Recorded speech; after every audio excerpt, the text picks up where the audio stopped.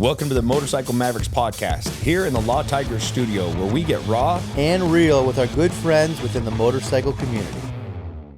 Well, welcome back here to the Motorcycle Mavericks podcast. We're in the studio yet again, and I'll tell you, it's becoming like a second home to me. I know. This is the most I've seen you in like decades. Well, I haven't been here that long. It's just a comfortable chair. It's it's a nice feel, and today we've got something pretty cool today. There's a huge motorcycle scene, of course, here in Arizona, and I think it rivals California. You get you can have a whole conversation about where is everything, where's the buzz, where's the hum coming from, and I've always thought it's Arizona just because the year-round riding, but then the talent and everyone that flocks here. And when you talk talent, you talk about the let's call it a keystone of the industry.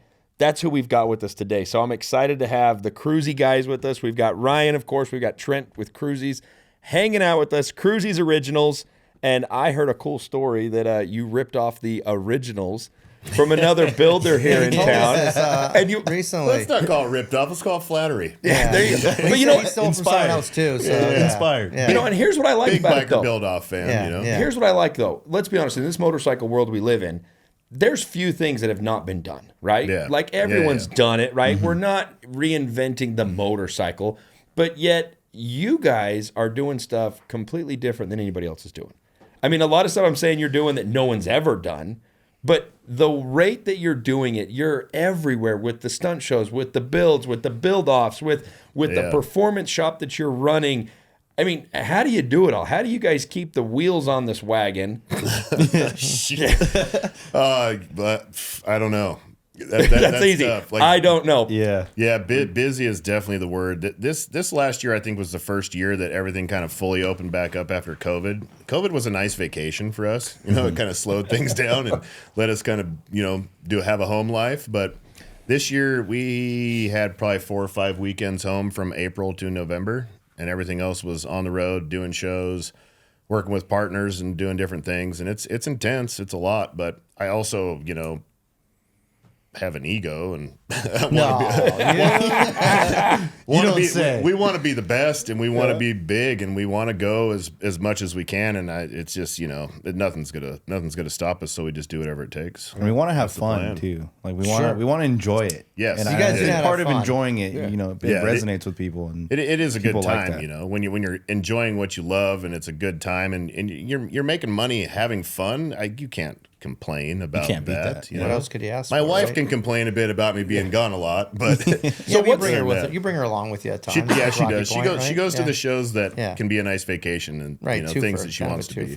So the one question that I've got, just because I'm not familiar with the inner workings, it's Kruesi's Originals. Mm-hmm. Trent, what role do you play, man? Is this a business partnership? Is it buddies? Did you hang around long enough that now you're getting to be a part of it all, or are you the main dude and we just thought Ryan's just the face of it? Like what? How does this work here? He's the guy that talks the most shit. I mean, all the above. It started out as a friendship. I went to MMI and then found out about Kruesi from old YouTube videos, and then came around, hung around the shop, never really left. He put me to work, and then it just kind of flourished from there. It's awesome. You created your own job. He's a bought-in partner too. Sure. Yeah. Do you guys have different roles, different responsibilities? How does that work? For the most part. I do still like the main builder and stuff, and Trent he's a mechanic as well, does a lot of mechanic work, but he's the one that set up all the website stuff, ran all the front of the house, makes all the business side things work. Like I can't type.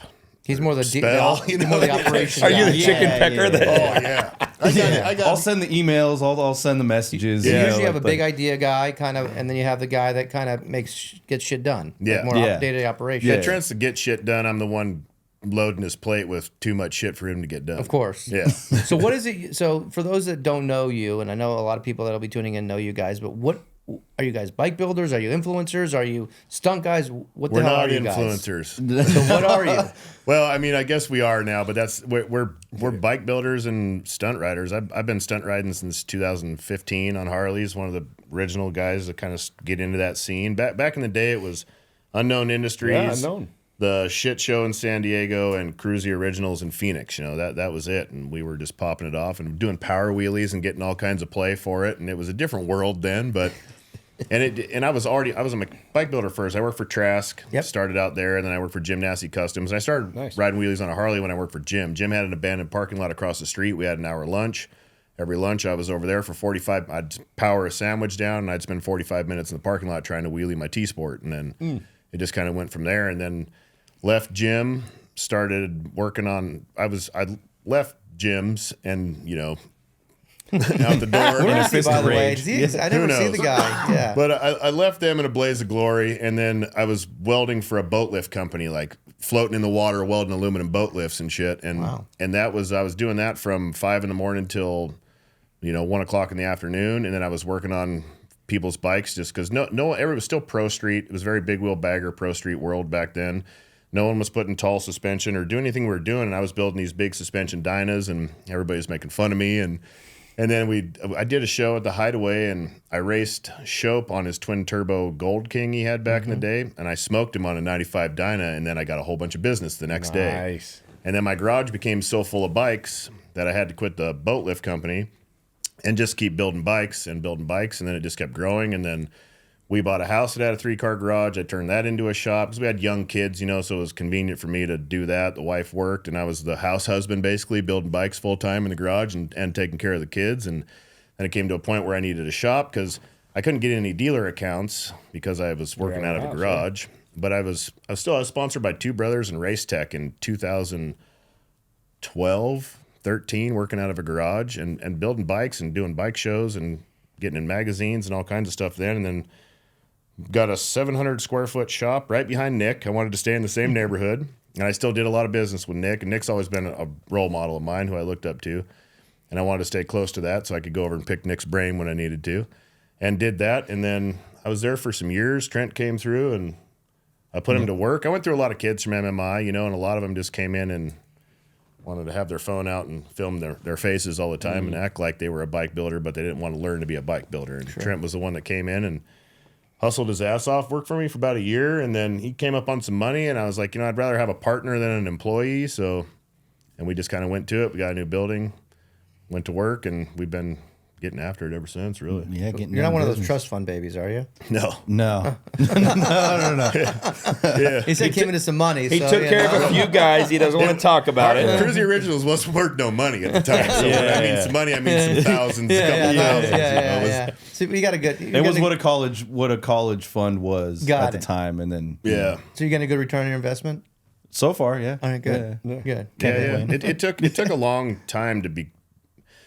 It was more of a good time than a business before, Right. The motto's always been, if we're not having fun, we're not doing it, right. And it was we'd get enough work done throughout the day to pay the bills. We had our stunt lot was at the shop too, where we stunt rode, so we'd spend half the day riding wheelies on pit bikes and shredding Harleys, and then we'd spend half the day working and going all over and partying at shows and just having a good time. And then it didn't really get serious till COVID, and then it had to. Really. Yeah. So what was the impetus for change? What was the catalyst for change? For the world shutting down, and holy shit, the toy industry is the first thing to go. Yeah. So when COVID first came around, everybody was kind of freaked out. Nobody knew what was going on, and we had just dumped a bunch of money in a new 10x20 and like merch and everything for the show season, and then come to find out, Harley pulls out of everything shut down, and we're like. Literally after we just emptied out our savings account to fund our show season for the year, and they shut it all down. And it was funny. When that whole thing really hit and took off and it hit the motorcycle world, it was during Daytona.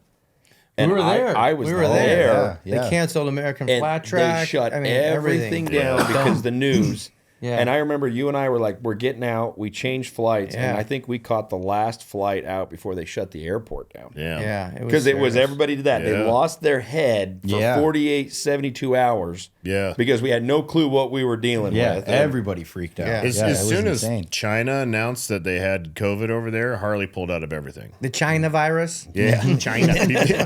Before it even hit over here, they pulled the plug. So they pulled the plug on us and the shows before it even actually hit over here. So it was like ahead of time. Oh, wow. And we were screwed. We were like, we don't even have the money to pay the bills now because we're screwed. So what happens? We were invested heavily in this. So what happens after that? And I was terrified because like when the economy goes in 08, 09, like it killed every motorcycle company there was. And I'm like, this is it, dude. The toy industry's toast. Right. And we put a video out on Instagram, I think, probably just Instagram. Yeah, it was Instagram, just saying support whatever shop. Yeah, it's like, this is what kills the toy industry. If you got a motorcycle shop you like or you love, go buy a T-shirt from them. right now. But do something to support whoever's out there because this industry is going to die. How many shirts did you sell? We sold out that week.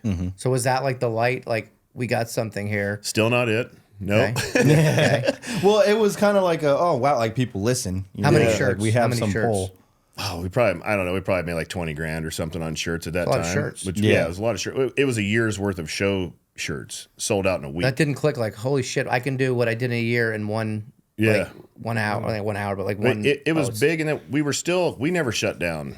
Like I'm not that guy. We stayed fully open. You didn't the put whole on a tin time. helmet like the rest of us? Come on. You whipped out the tin I didn't wear foil. a mask one day. People I get was mad the at same me way. for it, but Same way. I'm not a dog to be muzzled. I wasn't doing it, and we stayed open. And we still had customers, and there was a guy, John's Moto Garage. Have you heard of him? He's got a big YouTuber Oh, out yes. here. Yeah, I have seen great him. guy. And we were building. He wanted to get into stunt riding, and so we were building him a stunt bike. And he came in, he filmed a video, and he goes, "Man, you guys should start a YouTube." And I was like, "Well, I've had a YouTube since like 2009, and I was already monetized, but I didn't even know what that was. You know, it was just old stunt videos here and there. They were terrible." And he's like, "Man, I'm making $6,500 a month off of YouTube," which at the time combined, we weren't making half that. You know, Yeah, we were just sure. working Yeah. ourselves to death to make Like, the bills. And Wait a minute here. I'm like, "Whoa, yeah." I'm like, "Are you serious?" I'm like, "All right, man." I got the cell phone out, and we started going to town. And then that's when I got that Softail, and we started building it for the Bagger Race League. Yeah. Actually, we bought a M8 Softail. I wanted to be like the first guy to stunt ride an M8 Softail, so we built that into a stunt bike, and then we got invited to the first BRL practice day, and we went out there, and I called Sean Ungvarsky, a good friend of ours I've known since he was a kid. He races pro. He's the 21 and 22 Moto America Supermoto national champion. Jeez. But he was retired. He's a fabricator now.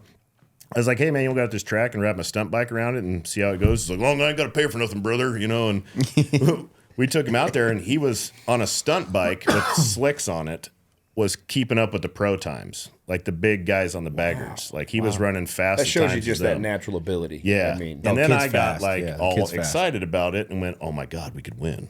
So then we went really, really hard, and we dumped everything we had into that bike, and then we built a YouTube series off of it.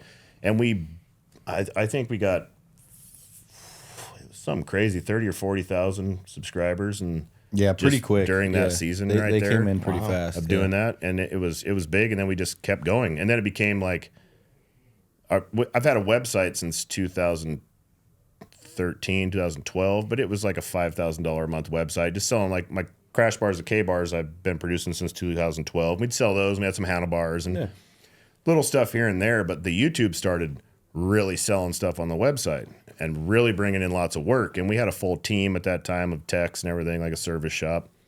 And we just kept pushing and pushing, and then we hired a guy, Jay Kinky, to start filming for us and doing production, and it just kept growing and growing. And then two of our techs, Dave and Bill, got smoked on Rex, and one was on a test ride, one was on his way home, which you guys made them millionaires. So, I mean, they got hurt bad, but Law We didn't Tigers. pay for that, by the way. Law Tigers made them wealthy people. You know, you guys took very good care of them. And then we lost our techs. We had 25 bikes in the shop and like 15 to 20 on the shelf waiting to come in. And it was back to me just wrenching and Trent running everything on the website. And I was like, I'm not doing this. So we didn't take customer until a couple months ago. Yeah, we just started taking customers again. Finally got the last bike out. Because builds in a shop is 6 months to a year to do a full build. And when you've got that many of them, and now I'm the only one, and I got to do the other stuff that really pays the bills, because custom bikes don't pay the bills. Like, Every builder tells me that. It's just a way to showcase parts. It's a way to. That's it, yeah. It's not a moneymaker. if you're a custom bike builder and you don't have a parts line to back it up, you're going out of business. Right. Because Right. that's what I was doing. I was just trying to build custom bikes, and I wanted to do the builds the way I wanted to do them, but most people couldn't afford it. So I was doing a lot of the stuff for free because I'm like, dude, it's not going to be as good as it should be. So I was just doing it because I wanted things leaving my shop with my name on it to be the baddest shit on the street. So it was really just throwing a lot of money away. Right. And then I was making all these custom one-off parts, and one day I was like, I should make 40 of these. So then I started, if I made something for a bike, I just made myself sit down until I had 40 of them done. And then our parts line, we'd drop 40, be like, hey, man, I got 40 of these. They're available. They'd be gone in 30 minutes. Jesus. They're like, wow. So now we make 200 at a time. And now we have 30 something. I have no idea. Something honestly. like that, yeah. We probably have 30, 35 parts Oh, dude, good for Nice you. line. Good that for we you. manufacture, yeah. So you're gonna go back to building bikes or not? Oh, we're still building bikes, yeah. So it's more customer-wise, it's more of an interview process for when I want to work with you. Sure. Cool. I'm going to be picky about that. Right. It's going to be done how the way we want to do it, or it's not going to be done because I'm not doing no hack shit. I don't care what if you can't afford to do it right, then we're probably not the right shop to do it at. Sure. And it's we're doing a lot of stuff like builds for Harley, builds for other companies, kind of more promotional type stuff for YouTube. What we can do to, if it's something I feel like I can develop something more off of it, or something I can get excited about, Right. or something that it's that we enjoy, then that's the build we're going to do. But you know, that business model's been proven. I mean, Jesse James runs his the exact same way. And that guy, he killed it too. Yeah. I mean, he still this day is building bikes, and he literally, if you do not agree with what he's building, there's the door. Yeah. Even down to paint. I mean, that guy. Oh yeah. Plus He you gotta won't pay do a about yellow $200,000, bike. so- Correct. Yeah. You heard the yellow bike story. Yellow bike. Same story, but guns and $200,000. good for you Hey, in setting that up, because you are making a Kruesi original, a Kruesi original. Yeah, it may be your bike that you paid for, but when it does, it's not. It's got Kruesi all over it, and people are going to look at anything on that if they see some shit that was left out and left behind, then that's on me. That's not on you. Right. That's fully going to be on me. So I always tell every customer that comes in, I'm like, if you want to do this and this, I'm like, okay, well, when I'm working on your bike and I find shit that's wrong, it's getting fixed or it's not leaving my shop. So you got to be prepared for that, man. There's nothing coming out of here half-ass at all, and it's going to be the way we want it. Because when it comes down to it, people that are out there in the scene, they may know what they want from the things they see on Instagram, but do they really know how those things work together? They don't. We do. And I'm going to do it the way I want to do it, and I guarantee you'll love it when it's done.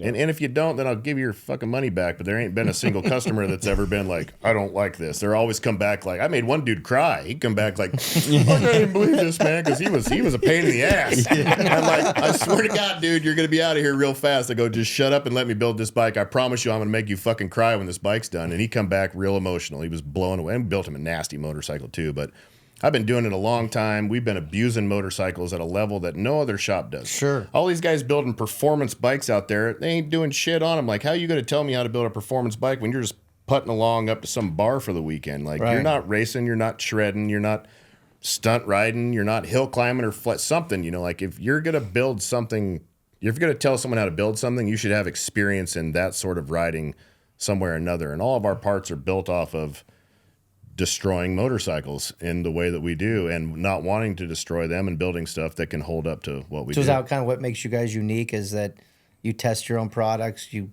run them through I mean, you and I went to Rocky Point, and I know we were cruising on your bike, and you're like, man, I got to get a better clutch for this thing. I mean, so you basically R&D your own stuff, right? Yep. That's awesome. That's awesome. Yeah, 100%. We test it.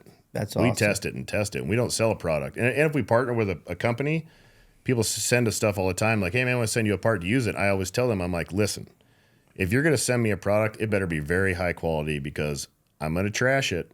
And if it's trash, you're going to hear about it.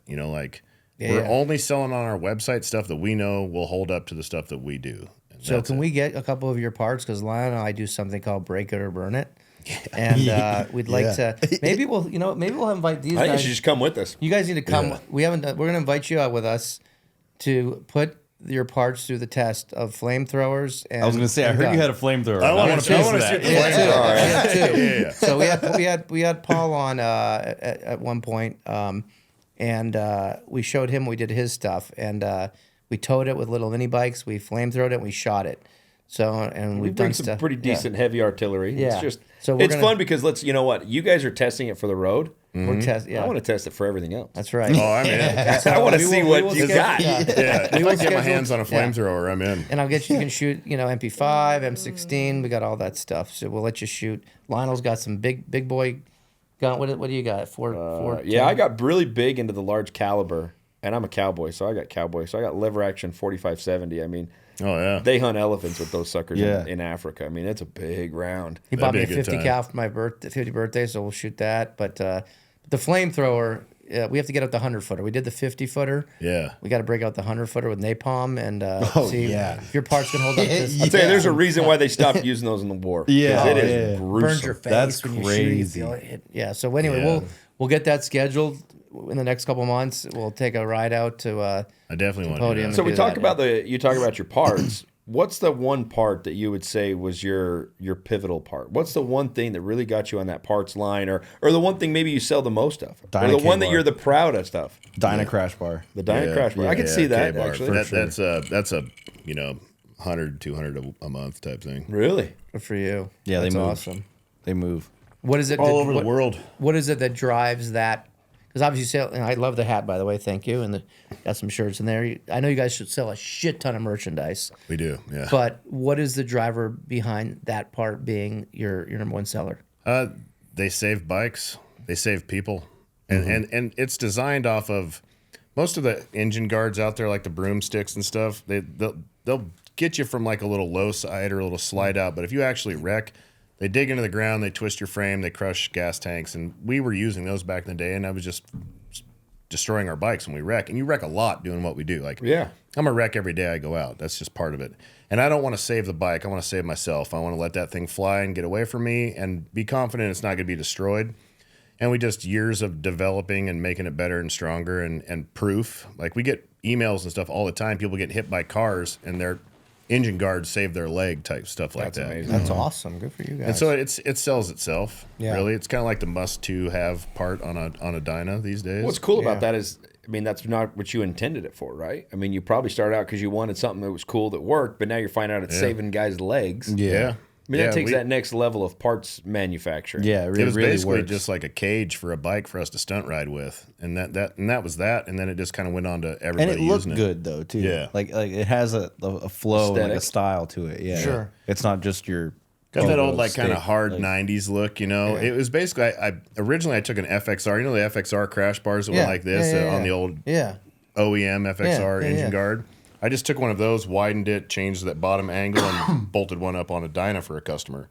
I was like, man, that looks pretty cool, you know. E-wrecked a few times, worked out good, and we started manufacturing. Mike Bailey, that I worked at Jim Nassy with, he was building them for me in his shop in his backyard originally. Really? So do you do the CAD designs on them and sketch it? I mean, what's the process? I made it by hand. Just make it by hand, yeah. Well, not now. Now it's all CNC bent and laser cut. And right. We got fancy jigs and everything, but originally I was making them by hand, and then Bailey kind of put it into production in his backyard for the most part, you know, and hand bending every one of them, you know, and all that stuff, and then it went to Torch was making them for a while. They were producing them, and then we found a company in California that's a big CNC company, so they would just put a pipe in one end and it would come out bent, and then we had a company in Phoenix that was laser cutting the plates, and then we were just sitting in the shop welding them all day long, and then now Sean welds them all for us. Our guy used to race for us. Oh, nice. And he welds them, and Sean's killing it.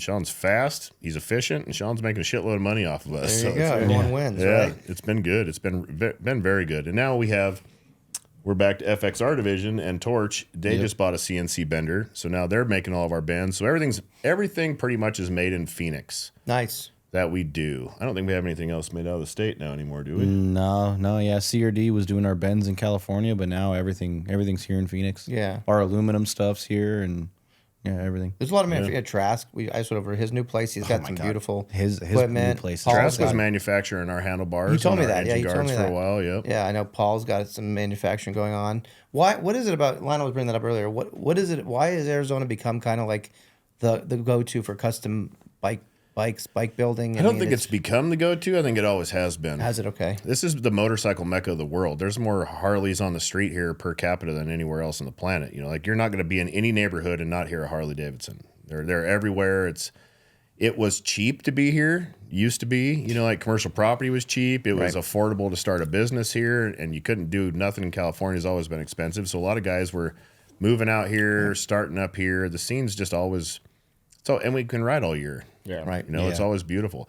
Before pre-YouTube and Instagram, social media like it is now, everything started in California. Every fad started in California. Right. Yep. And by the time it hit the East Coast, it was dead here, you know? Right. And it was dying on its way. You And knew. because I still see big wheel baggers in Florida. Yeah. So you knew once it hit Florida and New York, you needed to start doing something else because your shit was dying out here. So, and it's always been that way, but now that's gone. Yeah. Now it can start in Tennessee and it can go somewhere else because now you don't need that kind of thing anymore. You don't need magazines. You don't really need shows anymore. You can build your own. Anyone can build their own marketing. Right. If every motorcycle shop got on YouTube and did what we did, the motorcycle industry would be way bigger than it is. I agree. Everybody needs to jump on board. Everybody, you guys are watching and listening, start a YouTube channel. It's funny you mention that because I have the conversation with a lot of builders and they want to, but they don't know how. Yeah. Or I'm not trying to make excuses for them, but you know, a lot of them are like, you know, I'd love to do it, but I don't have the money. I don't have the know-how. Literally, if you guys started a consulting business, you'd have a line of bike builders waiting. I'm serious. I started with an iPhone 8 or something like that. I filmed everything with an iPhone and I edited everything with an iPhone. We'd work all day. We'd film videos and I would sit at home for 4 hours every single night editing videos on an iPhone. And if you look at our old stuff, it looks like it was filmed and edited with an iPhone. It was shit, but it doesn't matter on YouTube. No. As long as you can talk on a camera, that's when personality is a big part of it. Right. You know, if you can fluidly talk and not sound like you're stumbling all the time, and you bring some value to it. You know, you're not just another how to change your oil channel or something like that. But if you're bringing something that people want to watch, product, any build you're doing in your shop, you should be filming that build and doing a little series off of it. And it is relatively simple to do. It's just the same for us. When we were approached about doing YouTube, I thought, yeah, you know, YouTube, like, what's that? I didn't watch YouTube very much. I had a YouTube channel, but I didn't do much with it, and I didn't really think it was that big of a deal. But when you produce a video on YouTube, that video is there for life. It's not Instagram where you pop a reel out, people see it for 1 or 2 days, and it's just gone in existence. No one's ever going to see that shit again. Like, it does nothing for you, really. YouTube, that video is going to be there forever. So when someone goes to search that oil change video you did and your SEO wordage is right, you're going to be popping up forever. We have videos that are 5 years old that are still selling product for us. It's funny you mention that. I was talking to Paul yesterday. Went to dinner with him, and he said that his business is up. And this is a guy that's like the godfather of bike building, and he just instituted a new program where he's doing more content, more videos, and his direct consumer sales is up like 150%. Yeah, just by putting out consistent content and posting it. 100%. That's how everybody looks for anything now. And look at anytime any one of you go to YouTube, what are you going to YouTube for? To learn about something. Learn Learn about something. It's not entertainment anymore. Or to check out some cool cars or bikes. But you already know what you're looking for. You have the interest. You're not just scrolling through Instagram looking at stuff, which Instagram does good too. Most people are just scrolling. It's just a habitual thing. YouTube, you go there with a purpose. With intent. So say you want to get rear suspension for your Dyna, you're going to go and you're going to search it. Rear suspension for a Dyna. What's Kruesi Originals is popping up #1. Yeah, right. You know, that's popping up, and we're going to go bam, and they watch the video. It's entertaining. They like it. They learn some stuff. It's fun, and I can buy it right here. Bang! I just bought something right there. Yeah. YouTube is intent. People go there with intent to either buy, learn, or have entertainment. It's not just a habitual thing. So it's just it's a better market. It's a weird market, but it's good. It's funny because we were in Rocky Point together, and of course, I'm still getting people telling me about my crash in my Pan America. And Paul's like, everywhere he goes, people are like, "Hey, I saw you lay down your bagger, and then Kruesi had to ride it over."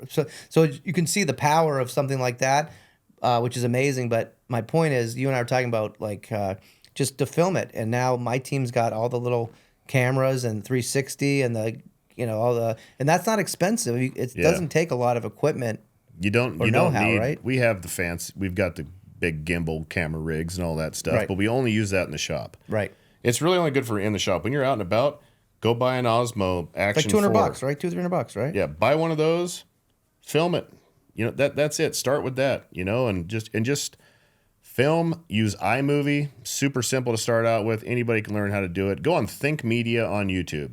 Think Media is a giant YouTube channel that is nothing but teaching you how to be a YouTuber and how to use YouTube from every bit of it, from the back side of it to the front side. Like, YouTube isn't the video really, when it comes to YouTube and getting people to watch it, it's about the thumbnail, the write-up, and the description. That's how you get your YouTube out there. And you got to learn about SEO, wordage, and all. That's a huge deal too. But just to start out, you just get a camera and start filming and start doing it. And lots of videos. You got to be very consistent with it. You can't put one out once a month. You're not going to go nowhere. You're ever like, fuck, I got to film another video. I'm getting so sick of filming videos. And that's all we film everything now. We have a full-time filmer and editor that if I can't just go build a bike. That sucked. That part of it sucks. That part does. Yeah. It makes these builds a lot longer because you can't just like, you can't just keep flowing into it. You have to wait, get the filmer there, or it's a process. Or you end up working on it and they show up and go, wait, It wasn't like that before. Do it again. Do it again. Take it off because it's not consistent with what we did. Firsthand. Everything, like I'll start doing something. I'm like, damn, this is cool. I'm like, wow. And now I'm like, well, people are going to want to see this. Yeah. So I got to film it. I can't just like, I got ADD real bad. I'm all over the place. And I usually got to work with headphones in real loud to block out the world so I can focus on something. I can't do that anymore. It's dead silent in the shop all the time. We can't have music on or anything because it can't be on film or anything. So it's kind of a So that's not the downside. cool work environment, I would say, because it's quiet and a little dismal because you're just quiet. We do and still filming. get those like Wednesday, Thursdays though, where like no filming's going on, and then we can get some. Kinda rock. So do you have a some stuff schedule done. then? Do you have Yeah. no filming Yeah. Wednesday, Thursdays? Thursdays just what? Down to business. We normally film Wednesday, Tuesday, Thursday, or no, Monday, Tuesday, Thursday if we have to. Is this super important to be regimented and follow that? Yeah. While we work on customer bikes, yeah. So we have Yeah. like the YouTube stuff Monday, Tuesday, Thursday, Right. And then Yeah, the off Wednesday, days. Friday is like customer stuff and get that done. getting So that like kind when of somebody thing. brings us a bike, we're like, listen, man, if you got to have patience because your bike is when we have time. It'll be the only Right. one here, but we Right. also have. See, but that's smart though, because I can see where you would get burnt out constantly on the same thing over and over again. But you just said it. Hey, Thursday's coming, man. It's like it's the new Friday now. We can, Like, we can turn the stereo on. I don't have to talk as much today. Yeah. So- You can really get down to business. When you guys do events, I mean, I was with y'all. I mean, a couple of people have camera. I mean, it's just part of what you do, right? Yep. There's always a camera. Yep. So someone's pretty much always filming, right? It's just Always. part of your routine, right? You gotta film it all. You also kind of learn how to get the meat and potatoes of what you need to. Like every YouTube video consists of an intro, a center point where you recap, and then an outro. And the stuff in between is like you fill it in with that, you know. And as long as you can hit those 3 points and have something good in between, you've got a YouTube video. So you kind of learn how to keep the shot short for editing purpose, because editing is what eats up the most of the time. Right. So if you can keep them shots short and keep it to the point, hit the stuff you need to, you kind of learn what you need to get and what doesn't matter quite as much. You know, you want to be able to tell the story, but you don't need to tell the whole fucking story because nobody needs to watch a 5-hour long YouTube video. Right. Right. You want to keep them, you know, The most history people of street crap and why we what's use it your on wiring. You told me what's your sweet spot? about 25 minutes. Okay. Now, starting out, you want to be shorter though. Like so for YouTube to push your stuff, people need to watch 90% of the video. So when you're starting out, you want to hit a lot of 5 and 10 minute long videos and a lot of them and get people to watch, make them entertaining so they watch the whole thing, and then YouTube will push your stuff. And then the bigger you get, you go longer form. And people are always like, man, we want the longer form, hit the hour-long videos. Well, when you produce an hour-long video, people watch 20 minutes of it, and then that video goes in the toilet and it doesn't do as well. So Yeah, then YouTube starts dinging you on those. they do. So you try to, I can see that. You're trying to make your audience happy, but your audience doesn't know who's regulating you. Yeah. And you got to make them happy. Well, there's also like only a certain percentage of the audience that's going to watch that whole hour-long Yeah. video. Right, You know right. what I mean? Yeah, And that then- makes sense. The hardcore fans will get all the way through to the end, but That's a small amount, though. Yeah. Yeah, at the end of the day, yeah. well, honestly, our fan base is pretty hardcore all the way around. We have like a true following. You've got followers, and how do you word it, Trent? Followers versus Evangelists. following. Evangelists. Like you can have the numbers, Yeah. but are you going to pull all those Right, people to an engagement. event? You got a high engagement. You know what I mean? you it's- want to look at, like, you got these dudes that got, say, 500,000 subscribers. They're getting the same views we are. Right. You know, because they've had a couple clickbait videos or something that blew up really big. You got a couple million view videos, and then it made your following really big. Well, the rest of your stuff's only getting 10,000 views. Yeah. I can't tell you how much stuff I actually follow, but I never get that notification that I even care about. I'm Yeah. like, I don't know why. Yeah, But there are those handful where it's Yeah. like, no, I'm religious to it. Like when it Yes. hits, I'm checking Oh, it if out. we miss a day, if we miss one of our schedule, we're Tuesdays and Thursdays at 5:30 Arizona time. That's when our videos launch regularly. If for some reason we don't, We hear about it real hard. What's up, motherfucker? Where's Real that? hard. Yeah, where's the videos at? You know, people are freaking out, and then like we have a very dedicated fan base. Our traction rate compared to our following is very, very high. So it's normally say you want a 20% traction rate is very, very good.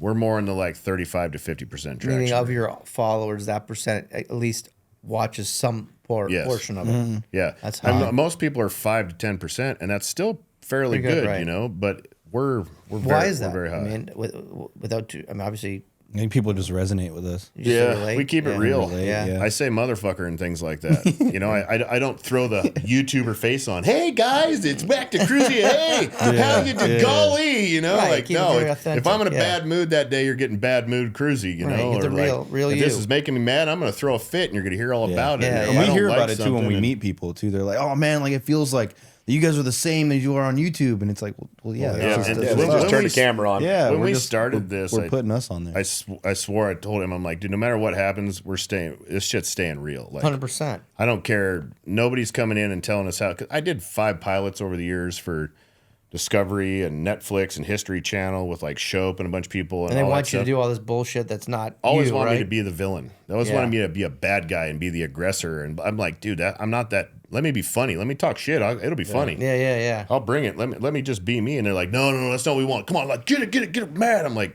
nah, I'm not doing that. I don't want it to be fake in any way whatsoever. You got to get straight up. That's it. Which on the backside, we did kind of had to clean it up just a little bit because you can only say fuck so many times in a video. You only get 5 fucks per video before they demonetize you.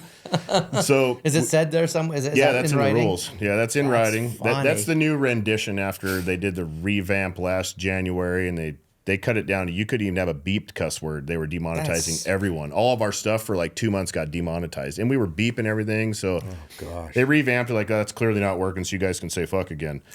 Your poor editors are sitting there going, "Hey, what's our count on this video? I don't know. Watch it again." Yeah. So now we keep it PG-13. A PG-13 movie, you can say fuck one time, and then everything else flies. So that's how we do it. We beep out the like me throwing a fit sometimes if I'm going too hard, you know. Which June, our editor is very She's keeps good on keeping us like. in line. She's like, I don't think you should. That's probably not going to fly. I'm like, it was funny. She's like, you can't really say that about people though. She's like your voice of reason. Yeah, she's our PC coach. That's all right. I would say, It's good which to have someone. sometimes I got to go, nah, June, we're gonna run that one. Yeah. We're gonna run that one. I don't care. The motherfucker was fat and he needs to hit a treadmill, you know. So I'm gonna tell him how it is, but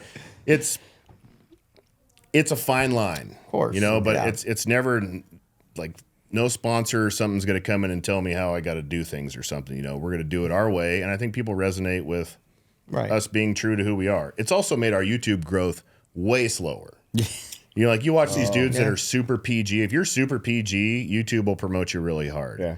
And they'll push you a lot harder. Because all YouTube cares about is the money they can make off of you with ad revenue. So Right. we're on the ad sustainability revenue list. Okay. So we're only available to companies that are willing to advertise with our type of mouth, basically. Which is a smaller market. Much smaller. We're in the like, and our pay is, we still don't make no $6,500 a month off of YouTube. Sure. We don't make shit off of YouTube. Our payout off of YouTube is terrible because you get paid per 1,000 views, and depending on if you're PG and you can advertise to everybody, say you get $15 to $25 per 1,000, we're more in the $4 to $5 per 1,000 geez. type Sure. thing. Because of who we are, which at the same time, we're not in it to make money from YouTube. We're in it to market our product, sell your and our products, yeah. parts. Well, isn't it and funny how market they the ask you, like, website. is this content for a child or not? Yeah. And you're like, well, yeah, I mean, it maybe could like the be, but- future writers, Yeah. but If you- mama if may you- not like it. Yeah. If you say it is, you're demonetized immediately. Yeah, and they deem it not, Yeah. yeah. Well, like no. If it's for kids at all, you cannot monetize it. Period. Oh, You can't monetize for minors. Period. Which we don't make nothing for minors. course anyways. not, yeah. And people come to us all the time like, oh, I watch with the kids all the time. My kid loves watching your show. He's 6. I'm like, I'm probably not the best role model for your kid to be watching, dude. Yeah. You see this little kid not get his chicken nuggets, and he's Yeah. repeating everything Kruesi Oh, says. yeah. Mom, you're a fat mother. Where's my dinosaur chicken? Yeah. That's funny. You know, but it's Well, I know you got my brother-in-law Dave is a big fan. He watches your stuff. I was going to the gun club like 2 months ago, rolling up in my car, and my plate says Law Tigers, and hey, I saw you on Kruesi. So Yeah. I mean, so there are people watching, obviously.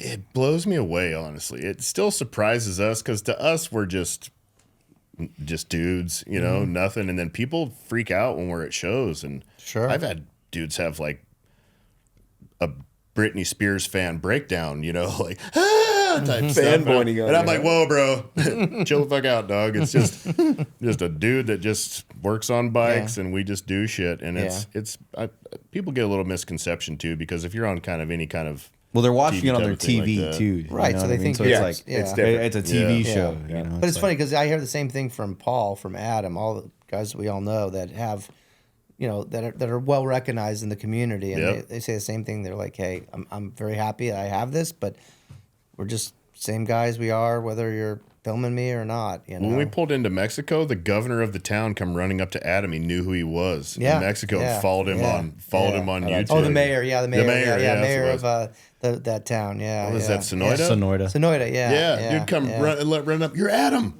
And he's like, oh, come here. And he took him around and introduced him to all the officials, the newspaper. Like, he was super pumped. He knew who he was. I Like, was with Adam I and go, Paul. did you set this up? He goes, no. No, it Dude, happens all the shit. time. I was The with dude Adam. just knew him. I was with Adam and Paul in Tombstone, heading to the Prowl, and we're walking down Tombstone, and literally 7-8 people went up to Adam that just either knew he was going to be there, or he just, or they're just there coincidentally and knew who Yeah. he was, and it was crazy. But that's the power of social media. It's nuts. So you talk about this. Let me ask you this question. You've done very well with social media. It's done well for the business. Would you ever go back to the way the motorcycle industry used to be? So if you want to get seen, it was the show scene. It was, going to this and winning a bike show. That's or, definitely a question for you because you No, were around for that that. sucked. Like that. I hate doing bike shows, man. Like, I hate doing bike shows, and it was a struggle back then. It was a lot hard. So back then you had to rely on someone else to build your name for you. You had to rely on a magazine. You were always sucking somebody's dick all the time. Like, you were either blowing hot bike or fucking whatever event it was, and it was always, you had to be in that clique. You had to be these guys of buddies. It was always very clicked up in who you knew and who you were blowing basically at the time to get your name out at all. And that's what you had to do, plain and simple. Or you were paying these venues, you were paying these magazines, Right. and you had to do that. And now I spent so many years doing that and making all these other people money off of my name that it came to a point where I was like, I'm not doing this shit anymore. I want to make a venue. That's also like where we push hard with YouTube. We want to make our own venue where we produce our own ability to produce our own name. We can promote ourselves. We don't have to rely on someone else to do that, because spent a lot of years doing that. And now people come to us. Like when I would pitch these companies trying to get them to sponsor us with parts to do builds, and it was like me just teeth, right? working my ass off and Yeah. just trying to get them to do it. And now these companies call us, and I don't even get a talk. They're just trying to sell me. Like, Yeah. I'm on a phone with a guy for an hour, and I'm finally like, okay, do you want to know what we can do for you? Like, we don't care, bro. Just run our stuff, man. We know it's cool. I'm like, Well, even Harley's come around. I mean, Adam told me for years they didn't understand social media. Now he works with them. Tell us about your relationship with Harley. What do you got going on with them? I think it's honestly the whole new CEO and the whole new marketing program they have in there. Before, Harley-Davidson has always been against our side of things. They did not want the aftermarket. They didn't want other shops doing that type of stuff. And the people that were running it before were very not into that, and they didn't see it, and it's hurt them, because no one buys a Harley-Davidson because it's a good motorcycle. People buy a Harley-Davidson to build it into themselves. That's your capabilities. your platform to express who you are. Your bike is who you are, and you build it to what you want it to be. You buy a bike to build it. You don't know who buys a fucking Harley and just leaves it stock and rides that shit around. No one on the planet. If that were the case, you wouldn't have Trask, and you wouldn't wouldn't have have any anyone. of Or, No, yeah, someone's or at any least of those putting some Reinhardt slip-ons on it or something. Well, and your you know? point, though, how many of us actually started out on non-Harley because of financial reasons? And I'm with you, going, man, I just want to get that Harley, and I just can't afford it. I can't afford it, and I want to do this to it, but I can't. And I start on a Suzuki. This Suzuki, I've bought everything out of karaoke I can put on this bike, right? And I'm limited out. But man, if I could get enough money to get a Harley, then I could go this way. Yeah. You're like, I'll just build the Suzuki and I'll sell it, and which you just lose your ass. Yep, we lost it. We all learned that lesson too. But now they've seen the light of that, Sure. and now they really want to. The new guys running, like Teo runs global marketing. Yeah, He's just a dude. He's tattooed up fucking biker dude and he's younger, and he sees what's going on. Sure.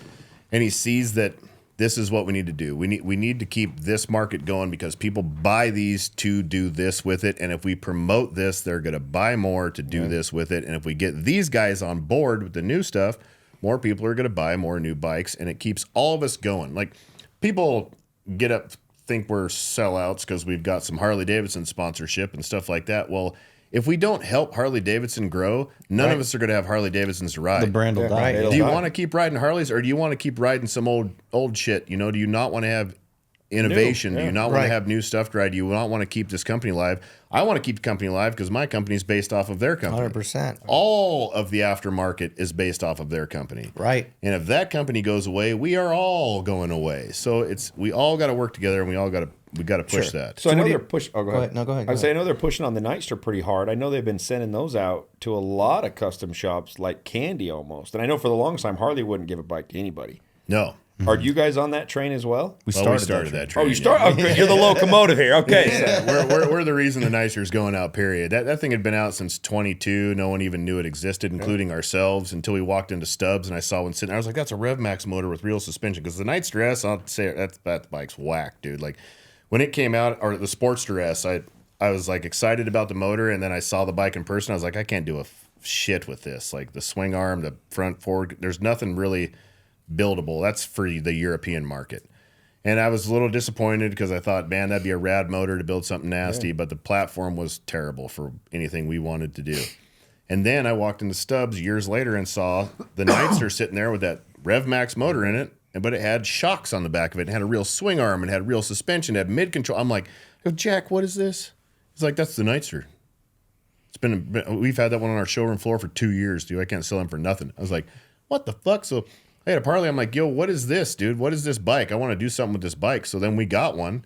And then our first video we put out with that bike was our highest ranked video we've ever had. It hit like 150,000 views on launch day. It exploded. And we don't get much hate on YouTube. Most of our comments, everybody's pretty positive. That video has thousands of views calling me sucking Harley's dick, sellout motherfucker, all this shit. I'm like, I bought the bike because I like it. Have you ever? Anybody that shit talks that bike has never rode one. Really, plain and simple. You'll never ride a bike. I've never been on one of the new ones. No, Oh, either. God. They're amazing. You ride one, you'd be like, holy shit! It's almost like it's the same geometry. It's a Dyna. It's a Dyna. It's a Dyna, but it weighs almost 300 pounds less than a Dyna. Same wheelbase, same geometry. The rake and trail is better. The brakes are better. The gas tank, the weight distribution is better. The gas tank's in the bottom, batteries in the bottom. The thing is a phenomenal motorcycle, and retail for 2025 is only $10,000. You can't buy an early model Dyna for that much money anymore. You can't buy a 20-year-old Clapper for that much money anymore out in Phoenix. So you get a bunch of bike for nothing, but there was no aftermarket because no one knew about it. The only marketing they did was for the female market. They tried to market it as a women's bike, which it's a very powerful bike. It's very light. It would be good for chicks because it's light and it's easy, but they had a shredder right there. They just went the wrong path. So we got one. We did that first video, and it blew up, and then we started building them, and we started going over all the stuff about it, and we started stunt riding and doing stuff with it. And we get emails weekly from dealerships that are like, man, we've had these on the floor for 4 years and haven't been able to sell shit. You know, they're just sitting here, and we sold 5 this week. And everybody's coming in just regurgitating the stuff that we said off of YouTube. You know, like one sales manager, was it Laidlaw's salesman or Quaid? It was Laidlaw or Quaid. One of them. He's like, hey, man, I just want to tell you that I sold 4 Nightsters this week after your video dropped out, and these assholes are coming in here telling me about, well, it's the same specs as a Dyna, and they're just repeating your shit. I'm like, I watched the videos too, bud. You know? So do you have a full product line for the bike or not? Well, it's all in development right now. We have exhaust. We just finished development with the seat. That'll be out within probably next month, and probably end of February through Saddleman. We have riser setups with Archetype that we developed with them. We are coming out with, we have our own exhaust. Stealth's manufacturing it. I made it. Stealth does the manufacturing for us. And we're working on a bunch of other things. We're going to do some stuff with FXR Division, or actually Danny Motorwitch is going to do some tuning. FXR Division just came out with an intake plenum manifold for the Pan America that we're trying to make on there and just make some more power. Trask is going to build some maps. We're partnering up. American Suspension is building suspension. So we have the first seats out for them. We have the first exhaust. We have the first suspension. We have the first everything available. And there's a whole bunch of ridiculous. We have some real gnarly shit coming out for them. We've got some entry-level stuff that we're going to produce for people that can just run. And then we have some really, really over-the-top, say if you want to hit a moto track with one. Nice. And what's the horsepower stock on the motor? 100 horsepower. God, It weighs light. 450 pounds. Wow. Revs to 10,000 RPMs. And what can you get out of the motor with all kinds of shit being done? There's some guys in Thailand that did one. They put Pan America velocity stacks on it, which are only $16.95. They did an exhaust, and they tuned it and made 109 wheel horsepower. Which 109 wheel horsepower, that's like a built 103, you know? Right. In a 450-pound bike. It weighs 100 pounds less than a Sportster. They all come with Brembo calipers, real Brembo calipers. They all come with Brembo master cylinders. It's got the equivalent of a Brembo RCS, like a 14 on the front. The braking is phenomenal. If you get a special, it comes with GPS, navigation. It comes with cruise control. Apple CarPlay. Wow. Jeez. And you're 13 grand for that thing retail. So clearly you believe in it. Yeah. Have you got any insight from Harley? I mean, Harley's notorious for bringing something out and it just doesn't hit their nut of sales and they cut it. Have you got any insight from Harley that they see the value The now? 2025 Harley-Davidson email blast for the 2025 Nightster release was our Nightster video. Nice. That So Harley good. So sent you out. got motor companies behind it. They see the value in it. They're not going to cut Yes. it. I mean, clearly you'd know because you've invested time and energy into it. Yeah, You don't sit on all these parts and be like, well, great, they sold 20,000 of them, and I've got enough to outfit them all. Yeah. When we deal with any of, well, that's also why they're giving them to everybody. So they gave the East Coast, they're East Coast and got one, Thrashing got one, Rusty Butcher got one, and that's because of what we did. So like, holy shit, we could actually do something with this bike because it was going to go away. Sure. And we brought this thing back basically out of a hole that it was in because they just were not selling. And now they're selling. We're going to make this. This is the bike. Like, this is the bike that the guy that. You think this could become the next like FXR? FXR, yeah. Yes. Yeah. So you want to buy an FXR. What are you going to pay for a used FXR now? $3-4 grand for a shit box. 3-4 Absolutely. grand. And Stock, in stock. pieces, too. I was like, where are you finding Where are it? you finding that out? No, Jason you're Mook gets 4 them grand. for- You Jason can Mook pick gets that them up in for a me. box. $3-4 Sorry, that was, grand. that was man. 5-6 years ago. No way. yeah. No, you're more like 6 to 10 grand All for right, a clapper whatever. now, and it's going to take you 10 grand to make it reliable I know enough where to you're going ride with something. this. But you're going to fight the guy to get him at 7 because he's going to hit you at 12. And Because the he thinks, drivetrain's going to be in a milk crate. yeah, he Yeah. thinks that it's gold. Oh, yeah. Yeah. And the same with the Dyna, though. Dynas are insane now. Early model Dynas, I used to buy them for $1,500.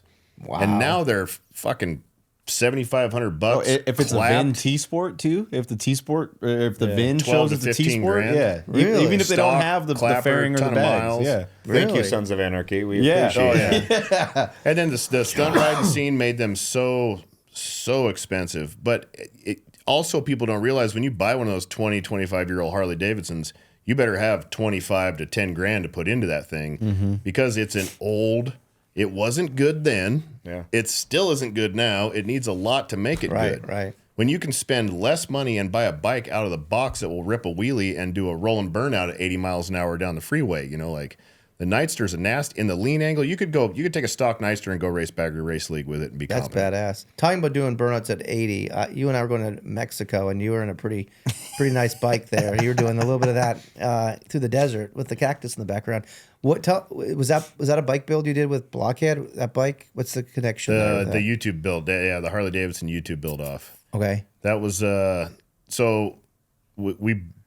was Blockhead's idea. Okay. Blockhead was like, hey man, we should do like a YouTube build off. That would be sick. I'm like, that would be sick. So, and we got with Harley Davidson, got them involved to back it a bit, which people, for some reason, there's a rumor going around that Harley Davidson gave us each $100,000 to build these bikes. Harley Davidson Hey, did. congratulations on getting 100 grand from Harley. Yeah, no shit. Harley Davidson gave us not $1 to build those bikes. Those were fully built on our own dimes and sponsors and partnerships that came through. It was a lot of sponsors from different companies want to be a part of it. That's how that happened.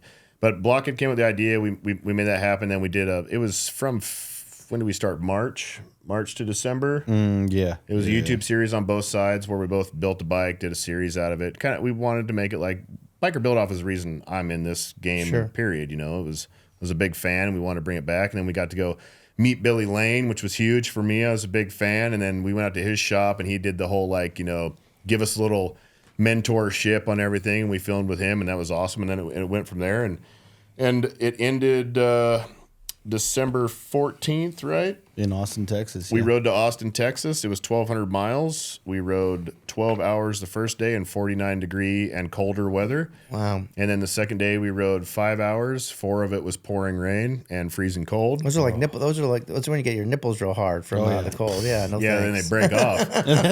Thankfully, Harley Davidson gave us heated clothing. I hit him up. I was like, hey, man, you guys really want us to ride out there? I'm going to need some of that Harley Davidson heated clothing, man. They sent us heated gear. We got the jacket, the gloves, and the socks. How'd they with work? No pants? The The pants pants showed up, didn't we show got up. back But wait, time. hold on. The pants, though, isn't the pants the number one connector? The For the jacket socks. is. Oh, but the jacket. Yeah, Because but I the know they pants connect the loop, socks. but I'm like, Yeah. what is it? The pants connect So we everything. couldn't use the socks, Yeah. but really, like I couldn't feel my legs most of the time. But the top part, I was super warm. I've never had heated clothing before, and it's amazing. It works, yeah. But we rode out there. We did a final show at Cowboy Harley-Davidson, and it was huge. That was one of the best shows we've done all year. It was huge.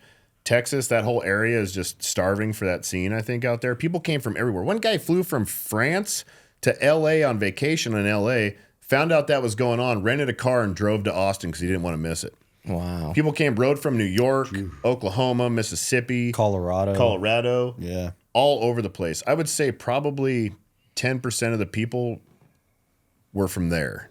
Wow. Everyone came from everywhere. That's amazing. It was huge, and we killed it. We won. You know, I followed it. I was impressed. I mean, I've liked It was Block. I've good. known Block for a long time, and he's a good dude. And He's a I was good like- dude. Yeah. Yeah. I was like, this is going to be interesting to see because I know Block's history, and you know his shop's what 3-4 years old now, and he's doing really good out there in Florida with Yep. it. He was here. He came here. We work with him. Yep, he's got a real solid team. You guys introduced me to him. Yeah. Oh, okay, yeah. Because Yeah, he came Arizona Oh, bike. yeah, and he Week. came to Yep. your shop after Yeah, he came here. borrowed Yeah. my bike and Yeah. rode it for the week, and That's then right. Yeah. That was an awesome bike. Do you still have that one? It's in Saudi Arabia. Saudi Arabia. Yeah, I sold that one to pay my taxes. We had an accountant that was ripping us off and paying to do our taxes and not doing them, just taking the money and not paying them. And I got hit with a $57,000 tax bill. Oh so I my sold my bike God. for $57,000. Have you met? You know, Bobby out of Florida. out of New York. Bobby. He has the Indian Larry brand now. It was, Bobby. Yeah, Bobby something like that. he's in the same club as our June's husband. Our Yeah, media it's person's Bobby husband. something or other. But I rode with him and with How come Billy. I It can't was remember pretty his cool. name. It's Bobby something. Yeah, he made all the leather and all that stuff in the seats. But yeah, Yeah. I don't know him, but yeah. Yeah, he. Anyway, I rode with those guys. It was cool to ride with him. I rode with Billy and Sturgis once, and I think weren't we together when we did that, or was that different? This is time? different. It was just Billy and I. We were was it? at the Buffalo Chip, headed into Sturgis. We went to the Knuckle, I think it was, for lunch. And I can't remember his wife's name now. Yeah. Lauren? I can't remember her name. Anyway, she was like 3-4 months pregnant. This is after he'd been released, right? Mm-hmm. She jumps on his chopper's little tiny pee pad and wraps her legs around it. I'm like, that is bad to the bone. Like you are hardcore. He went out to California and bought some old like 30s or some old flathead or some shit like that, and then rode it back to Florida. No, he's a real Like, deal. He rides to work every single day on an old Evo. Yeah. Old Evo Fat Boy. You know, like he's hardcore. Who else do you guys admire in the industry and why? Jesse Rook was one of my guys I really looked up to, and I ended up meeting him when I worked at Trask, and we became really good friends. And I did a lot of work for him, and I was with him when he died and all that stuff. And I was a big fan of Jesse's. I'll have to show you the Dyna he customized for me. Oh, yeah? I mean, Lowrider S. Lowrider S, Yeah, I have it up back there. He customized it for me. nice. Yeah. Who I have else? the night he passed away. We were partying, and he had just come out with these new tank tops. He's like, man, that's a sick tank top, dude. He goes, took it right off. Fuck yeah, bro. Here you go. And I took my shirt off, and he wore my. I still have that. I haven't wore it since. It's just in my room, you know, plaqued up. But yeah, Jesse was a big influence. Nick, Of course. Trask. Yeah. Nick's business sense and how he's made it from what he came from is somebody I look up to a lot. And I was a big fan. That's, you know, Yep. Paul Yaffe Originals, and it was Kruesi Originals. And since day one I got in the industry, I was always going to start Kruesi. It was going to be Kruesi Originals. I was like, that was it. And he was just killing. I would say I look at the guys for what they built, but I look more a role model in this industry, more of how they made it and what they made of themselves and how they stayed in the industry and stayed consistent. I think that's more of the influence for me. And they're all nice, humble, open guys that you just can have a I've never conversation met, with. I wouldn't say I've never met any of my like idols and that were ever a dick. You know? Sure. Like, you meet them, you think they're just like bigger than Jesus, you know, and you think you're going to get this when you meet him, and you meet him and they're just like, Billy was just as stoked to meet us as we were to meet him. You know, he's like, I watch all your YouTube videos. It's fucking awesome, man. It's crazy guys. And I'm just like, what? What? No way. Yeah, it's wild, and it's just the same. Like people meet us, you know, like they're just regular dudes. They're just dudes. Right. That's what makes You know, it like so none of appealing. it went to really anybody's head. Maybe Jesse's a little bit. Jesse could be an asshole for sure, but Yeah, well, that was I have just- Jesse's stories, but Everybody does. Yeah. Yeah. We all do, but I'd known Jesse long enough to know where to stay with Jesse. You know. Yeah, yeah. We were buddies. I built suspensions for I probably built the suspension on your lowrider, and any dynas and everything he was building with suspension. I You did did all that, I yeah. built all the. He and I suspension had a for it. really good conversation in Sturgis one year. He met some gal that was a gun, like worked for like the Smith & Wesson gun team. No, I can tell you because she's a friend of mine. Yeah, and they I had can tell you that story. and they had a little tryst, is that what you call it? And he had her on the back, and she'd never ridden before, and he's like shredding through the canyons. I'm trying to keep up with him. And Jesse could ride. he could ride very well, and so we ended up sitting at some restaurant in the hills of Black Hills and just talking about life and shit like that. And it was great to have that time with him, you know. Yeah. But anybody currently that you think's crushing it, doing well? And who's next level? Yeah, Who's who- coming up that you see that you think's just going to blow Building it out of bikes the park? wise. So I'm gonna honestly say I don't pay attention. Well, I think that whole thing has kind of gone by the wayside since TV kind of stopped pushing a lot of it. Like you see a lot of dudes like doing crazy shit on the internet, but as far as like bike builders, there isn't like a dedicated dude doing it really. I mean, everybody has their service shop and There's a lot of builders out builds there. bikes, but I'd I mean, say we there's also a lot don't. of assemblers out there these days. Yeah. Oh, yeah. Flip I say- open the book and Yeah, I say Yeah. we're the custom bike builder. But then you also have your born free guys that are putting out crazy Yeah. hardtail choppers, and I mean, we don't really pay hang on attention though. to that kind Are of we thing. talking the born free guys that rode them or the born free guys that don't have them complete and rolled them out of the van? Yeah, Because I Probably think both. you've got a fine line there. yeah, definitely. No fault to any of them. No, I no, can't yeah. do it, but I'm just saying. But there's a lot of dudes out there that like that Heath guy that works at Yeah. Saddleman. Yeah, That yeah. guy's putting out He's some building crazy really stuff. dope I shit. saw some. I was at what's that bar that in California where they have the big thing during Born Free. What's the they have- Neptunes, is it? no, it's no, not- the it's, Cook's Corner. Cook's Oh, Corner. Cook's And they had Corner, they had a Built-Well bike show there, and Yeah. and they were a bunch of shovelheads, I think they were. And this one bike, I took a picture. I was like, I gotta have a bike like that. It was unbelievable. The bike, the chopper that was built. I yeah. think one of the coolest builders out right now is Paramount Cycles, and no one's probably ever heard of him in this room or anybody I've out never there. heard of But him, it's a guy in his garage. He's on Instagram, and he builds like really. He takes like old dirt bikes and builds them into these like supermoto cafe kind of custom. It's hard to explain. It's like something I haven't seen before, but he does like it's all hand fabbed, handmade Nice. stuff. It is phenomenal. That guy's building some of the coolest shit I think out there. Is he here in Phoenix? I don't know where he is. It looks like Arizona. Like if it is, I want to meet the guy. But he's building super rad shit. I repost his stuff a lot. But as far as like, so we're in social media and we make a living that way. I don't look at social media. I don't really spend any time following anybody. You don't or size look up at the that. competition. I don't. I should pay attention. But we're just doing what we want to do. We're just Right, building right. the shit that we want to build. And I think Nick is doing it the best. Like as far as like the performance type stuff, Yeah. he's building really, really rad, high level stuff. I think he's going to be doing another line. He said, I think he's going to do a lowrider ST line of assault bikes. assault And I'm bikes, like, put me yeah. down for one of those. He built that bike for Jesse James. That Yeah. has our chain drive kit on it. Really? Yeah, so Really? Jesse James riding around a bike with our chain drive kit. That's something to say. You see the 1911 that Yeah. Yeah. Nick showed that to me. It's the most. I have some expensive 1911s like Nighthawks. well, he And traded Jesse him a James- fully built He, fucking right, rider. right. Yeah. But beautiful 1911, yeah. So Yeah. we're hoping one of these days to get him. Nick says, you know, if you guys actually get this thing, you know, where I think it'll go, he said, I'll try to help you get him on the podcast. Tony Tucker built a really that road glide he built, the mid controls and stuff. Yep. He was showing for a long time. That was a rad bike. I like the style of that. It's the things. It's hard. Like I go back to the assembler thing. Like most of everybody that's building everything out there nowadays, it's hard to tell who's what because it all looks the same. It's all the. It's real cookie. You got cutter. an Olin's front end. You got a flashy paint job. You might have some bolt-on mid controls and Right. Olin's rear shocks. Yeah. You know, and it's a lot of the same. Which This next build off bike. yeah, we're about to change the whole. We just had a long meeting with a company, and we are developing a whole new something. Nice. It's gonna be ridiculous. it's gonna We're be gonna try nuts. and I make can't- something I new, can't and some wait for change it. some things, but it's kind of hard to. I also don't keep up on the chopper world, and I think that that's where the real custom builders are at. The dudes that are hand making stuff. Like most of our bikes, like even the Street Glide, a lot of that stuff on that bike I made. Like I like to make the shit myself. I've been a fabricator forever, and I like to do that. And it's kind of hard to do with the performance world of things, because if I'm building something, it's a purpose-built part. It's less of an art piece anymore. And I really enjoy the art side of it and the artistic things from the chopper days. And, So when you're rolling out a chopper, let's see a Kruesi Originals all built out shovel. Shovel. Well, Springer front end. I mean, if I built a chopper, it'd probably have a modern motor in it. It's all right. You can't completely take it away, right? But you get stuck in a genre, and it's hard to step out into something else and to do something like that, because like maybe we build a chopper, but maybe that could be what ruins us. So it makes things. It also almost makes it scary to step out and do things that you want to do. But I'm not. Who's to say we're maybe building a chopper in 2025? Yeah, you never know.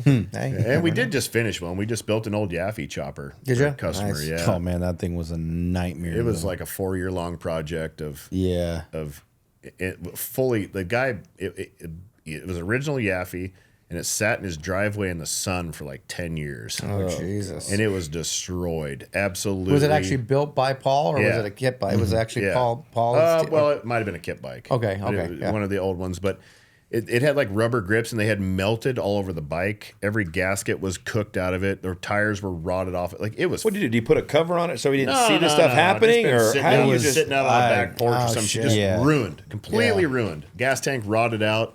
And he brought it to us like, hey, I just want you to get this running. I'm like, dude, are you kidding me? So like, we did a whole frame up on it. Had to rebuild the trans, had to rebuild the motor.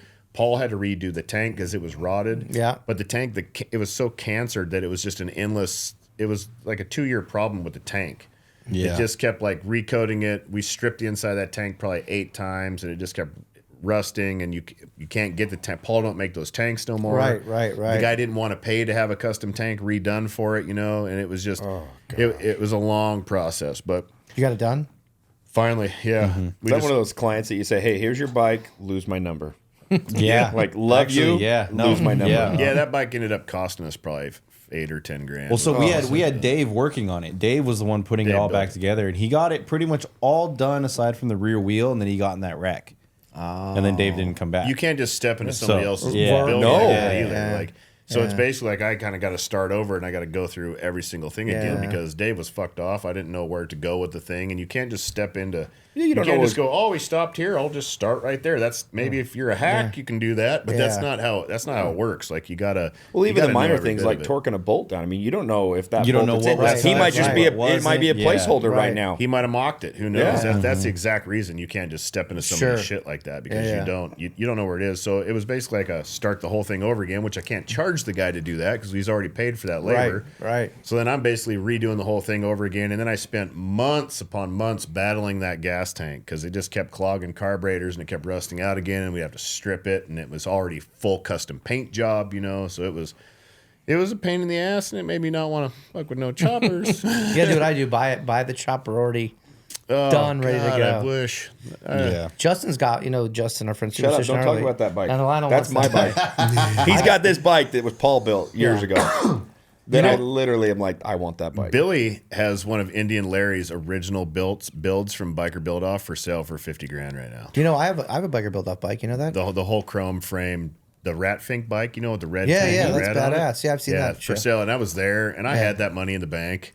And I was sitting on it, and Billy's like, "You should buy it." And I'm thinking, "No, I shouldn't," but goddamn, I want to. Do you still have it? He still has it. Yeah, really? Well, he might have sold it by now, but it was for sale when we were out there. Really? Indian Larry was my all-time favorite. Sure. Indian Larry, like the bobber scene, was definitely my scene. Like I rode a rigid bobber for the first couple of years I lived out here for my sole transportation. I moved out here to work for Sucker Punch originally. Okay. Oh, cool. I remember them. The economy went to shit. Yeah. They literally, I interviewed in January. I moved in March, and they were toast. I remember those guys. We used to visit those guys. I loved that style. And Indian Larry, Indian Larry only built 5 bikes. That's his whole career. Really? Built 5 bikes. I didn't know that. And didn't even get like the notoriety he deserved until after he passed away. Which crazy. So you ever see 05 Build Off Perowitz Yaffe? Yeah, I've seen them all. So I've got the Suzy Q bike. Really? In my garage here, yeah. Oh wow! It's a bunch of us buddies have kind of passed it around, and I'm not getting rid of it. Yeah, you keep that one. Yeah, I rode it. I've ridden it to the Prowl, and I've watched every biker build off, and I've watched them recently. Yeah, they're cool still. Have you watched? So I was so enthralled with that stuff. I probably watched them episodes on DVR or whatever back in the day a million times. I just VCR, watching them over and over DVD. and over again. You know, and then I watch them now. We started watching them again when we started doing YouTube. I was like, I want it to be like that. So I started watching them again. I was like, God, these were awful. And every guy that was on it whined and complained about the fake drama, and the producers are telling them to do this crap and do that crap. The film quality back then was so bad, and like they had to they didn't have drones, they had nothing. They were just a helicopter flying. And Billy was like, dude, for us to do a riding shot would be a $50,000 ordeal because they'd have to bring a helicopter in, they'd have to schedule it, and then we'd have to ride, and they'd have to film us with a helicopter, and it was just crazy. But what we can produce now compared to what they could do then, for $2,000. Yeah. Oh, yeah. For if wage. that, you know? That's crazy. Yeah, for a little bit of camera work and somebody with a camera, like. The funny thing is, those were big shows, but I bet you some of the YouTube videos probably pull more views than that show did. You say that, but they were cable shows. But those were worldwide promotions, and those dudes became millionaires overnight. And that's true. They were That's pivotal true. to the motorcycle industry. I mean, you've said it yourself. That's what got you going. And I think a lot of YouTube stuff, like you said, is strong and powerful. But I don't think in 15, 20 years we're going to sit here and go, oh, remember that YouTube video that Kruesi did? No, that era is gone. Yeah. Like the custom bike world was so huge then, everyone had a chopper. Whether they rode Harleys or not, you just had one to have in your It broke out of garage. the motorcycle industry. Yeah, it brought went everybody into to it. mainstream. So- The mainstream part of it's toast. Billy was sending semi-trucks to a show in California and a show in Daytona at the same time and selling everything out of those semi-trucks. Right. Well, I know the Big Bear people, and they couldn't keep up until things caught up to them eventually. But everybody was making money at that point. Jim in time. Nassy was doing, two $60,000 bikes a week. Crazy. So you talk about that Biker Build-Off did so much for the industry. Whatever happened? In your opinion? I mean, we used to have, how many TV shows were on regular broadcast or cable TV? Now we've got how many different platforms of Hulu, Netflix, and there's not one lick They won't touch. They of won't touch motorcycle motorcycles. Well, even the show they did here years ago only made one episode, one season, and they half a season they canceled it Cancel it, halfway yeah. through. Yeah. That was I that wonder Biker what it is. Battleground, Why? right? Yeah, Yeah, it's Biker they Battleground, just the economy when it died in 08, it killed that industry.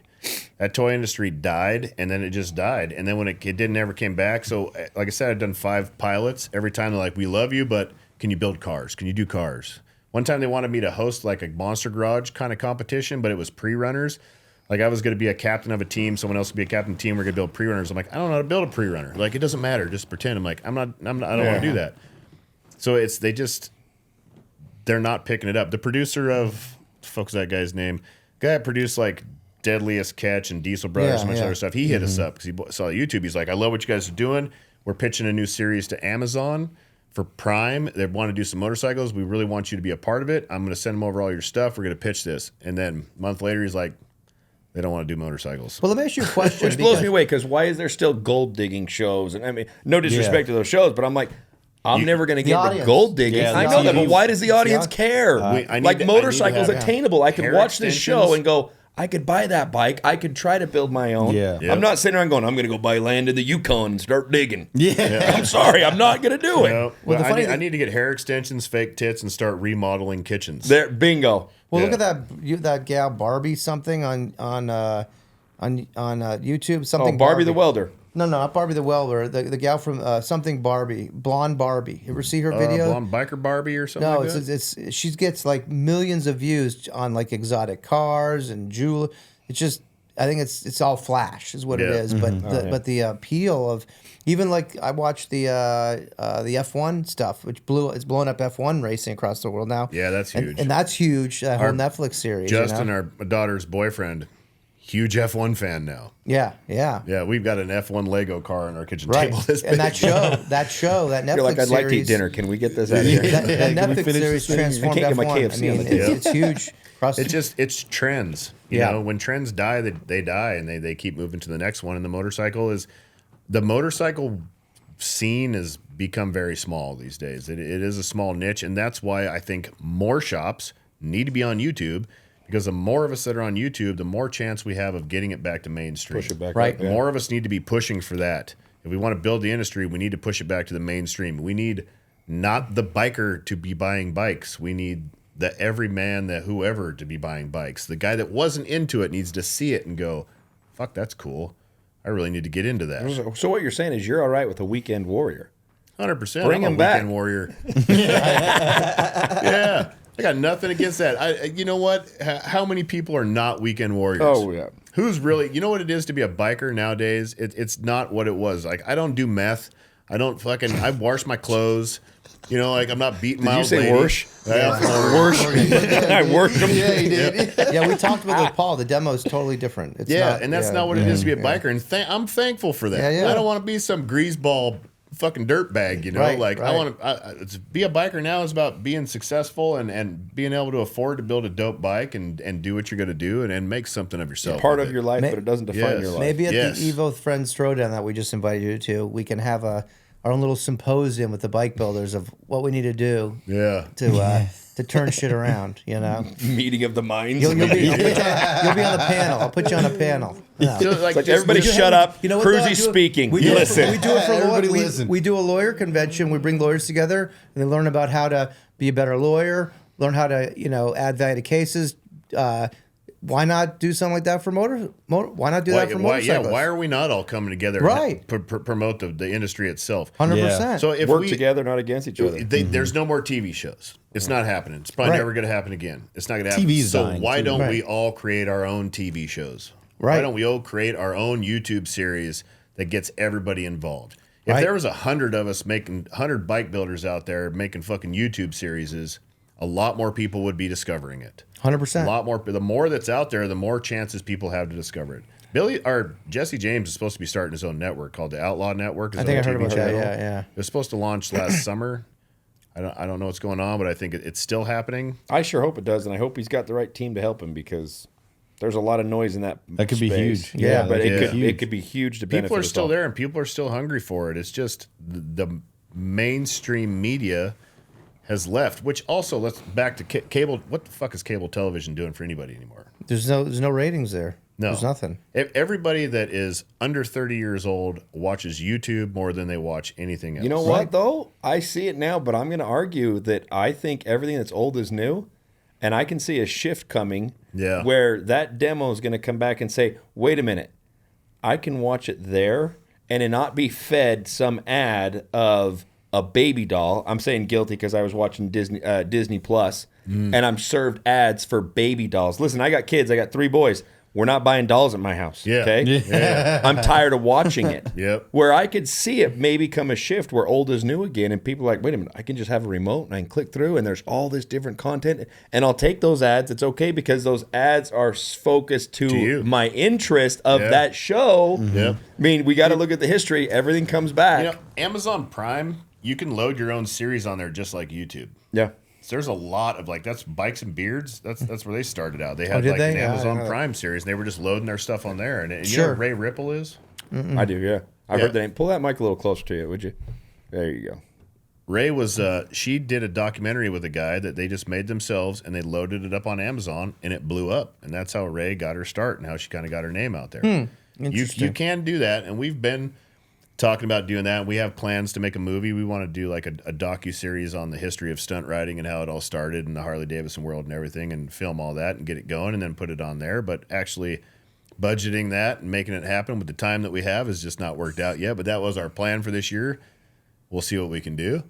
Well, there's talk out there. Add it to the list of many Because things. everyone that started the whole scene, like the OG stunt riders from even the early 2000s, those guys are all my friends. Like I came up with all those dudes, and I know all these people, and we could travel around and film and put out a movie, and bring it back. That would be one way to break into it. I think. Well, and I think I heard a rumor out there that there was talk of somebody remaking the Harley and the Marlboro Man.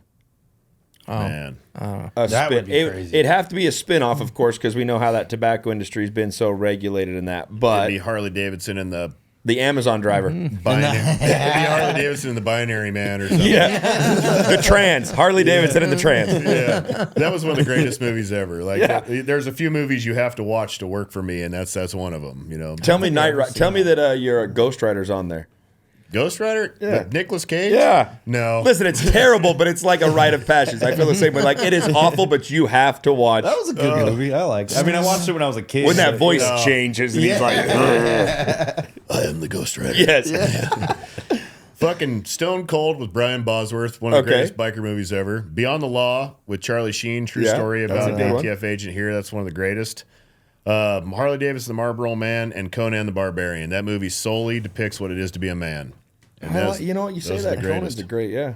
That is a great one. Hey, what's best in life? To crush your enemies, see them driven before you, and hear the lamentation of their women. Yes. That's There right. you go. I'm glad you didn't put like Easy Rider on there. And No, you that's know, a hippie movie. That's and not a biker Any movie. Given Sunday. Those are great films. I love them, but it Yeah. doesn't. Everybody's like, "Hey, you watch Easy Rider?" I'm like, "No, I don't fuck with hippies." That was a fucking hippie movie, and that wasn't it for me. Like it was nostalgic, whatever. I didn't like that one so much, but I liked Beyond the Law. That's a biker movie right there. That's real Beyond the deal Law. raw shit. We used to do a Beyond the Law ride every bike week. We'd get together and we would ride to all the old bars that are in the movie. They're cool. here in Phoenix still. I don't think I've ever seen Beyond the Law. Oh, What? It's a It's a good one. It's on YouTube. Oh man, Beyond the It's Law. on YouTube now? yeah. It's on Amazon Prime Yeah. too. You can get on I'll there have to too. check but- that out. See, I go on Amazon because I don't have to deal with YouTube. It ads. still holds weight. true. Yeah. Still a fantastic. It's a true story. It is hard as nails. Yeah. Great movie. So you guys have been together now. How long?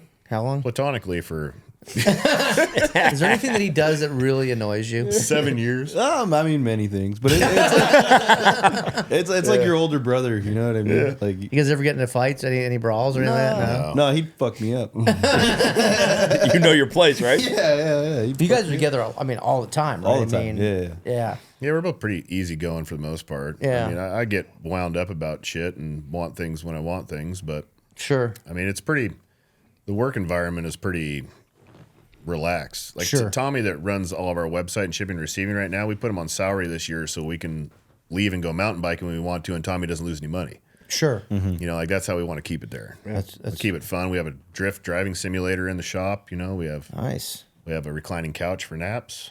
Nice. So you still? I know you had a drift car. Do you still do that? or Yeah, not? this Saturday we got an event, sliders only at Yeah. Wild Horse Pass, or it's not Wild Horse now. Was it Thunderbird Firebird, Motorsports? Firebird Motorsports. Yeah, whatever. Park? They change the name of it Monoculture. every 5 years. What do you like more drifting in a car or motorcycle? Well, the risk versus reward in the two. Like the car, like the reward is here and the risk is here. The Yeah. Harley, the risk is here and the reward is here. So it's way easier in a car. I spent like a year building the car, and then I went to the first drift event and I linked the whole track, and I just like it translates. Drifting a Harley definitely translates to a car, and it was almost disappointing to me. I kind of thought that I was going to have to struggle and like learn, but we also spent a lot of time on it. We have a very serious driving simulator. We spent a lot of time on that and got it pretty dialed, and it's easy. It's just fun. Like I'm gonna maybe blow a fender up, which I did, but It's one of those you things break where your setup car? is everything. Like you could set up Okay. your car perfect to where it'll just go. Like, yeah, my car. I yeah. got a serious car. You know, like I got 75 degrees of steering angle, and I can throw it into a drift and then just let off of it, and it'll self steer itself. And then you just catch it where you want it to be, and then you let off again. You catch it where you want it to wow. be, and it goes back. And Is this scene pretty popular? Is it Massive. Oh, is it's it- huge. okay. Yeah, massive, Yeah, it's huge. massive, worldwide massive. Is it recent or has it been going on a long time? 20 years. What's driving that, you think? I was before I got into Harleys. I was building cars in Oregon. I was building drift cars and racing imports and stuff like that. Got And it. then I just didn't really have any opportunities there to do much. And then we came here, and I was like, you know what, I kind of wanted to get back into it forever, and then I had some money saved up, and I came across a Vet. I bought my Vet. It was like, buy a Corvette. They're an ultimate drift car. Once you put 30 grand into them, they're a great drift car. Stock, they're horrible. Okay. So I didn't know that part of it. So I went to my first drift event in a stock Corvette, and it was dog shit. 'Cause I only got 22 degrees of steering angle. Angle's everything, right? Oh. Okay. So now, like, the whole undercarriage of the car is gone. It's all aftermarket now, and we built the whole thing at the shop. I built the motor. It makes 500 wheel horsepower. It's Nice. She's fucking nasty. It sounds like an F1 car. She come ride. She come for riding it. I would love I'm to go good dri- too. I would like to I mean, do I can fucking swing that thing, man. We'll come in hot and Yeah, as fast. long as I don't have to be on your motorcycle, I'll do it in the car, but I'm not going to be on your motorcycle. real sideways. She's got full buckets in it. It's all raced out. I got dual calipers, rear big handbrake set up, and So I know we got involved with your event last year. Are you guys going to do a drift event? What's going on for Arizona Bike Week? We for this are year? so it's at Firebird Motorsports Park this year, 660-acre motorsports park facility. We're gonna have quarter-mile drag racing. We've got a pro Harley stunt comp, a sport bike stunt comp. We've got the Get Vertical games like the Drift Limbo and all that stuff. Drifter Cross is going to be there. Eddie, who runs Drifter Cross, just got in a really bad motorcycle wreck and broke his back, though. So it's kind of determining on how well he heals in time. So is there cars and motorcycle drifting? And we're going to have there's going to be a 30-car drift event. Okay. Where we're bringing in like 30 pros, high-level drift guys, and you can do ride-alongs. So you can I want to do that. get in line and ride along with the drivers and stuff like that. And it's all going to be in the same spot. So there'll literally be the stunt comp going on here, drifter cross going on here, car drift event going on right here. Lowrider car hopping contest going on over here. I love that last Drag year, strip going on over here. There'll be a car show and shine car show, and there'll be of all genres. And there'll be a motorcycle car shows of all genres as well. We'll have the old school biker games like Wiener Bite and the slow drags and all that stuff going on. And it's all going to be condensed in the same area, so you can literally stand right here and watch every single bit of it all. And it'll be like the last one. We're not going to have any downtime. The action will be nonstop. The vendor lineup, we're going to film announcements at the event this weekend, and we'll be announcing after that. But our vendor lineup is already blowing us up because the vendors at our stuff, Drew from Diamond Lane Cycles said he did more sales in that one day than he did in any time he's been at Born Free, California. Nice. If someone wants to be a vendor, how do they become a vendor, or can they be? Go to the website. You can go through monoculture.com, or we have like a FOAT regular like a setup website for it. We'll be announcing all that too. And vendor sign. We got 10 by 10, 10 by 20. You can buy banner spacing by the foot. There's also like for different. O'Reilly's is the official parts house of the event. Icon is the official air conditioning company of the event. You guys are title sponsors now. We have who else is in there?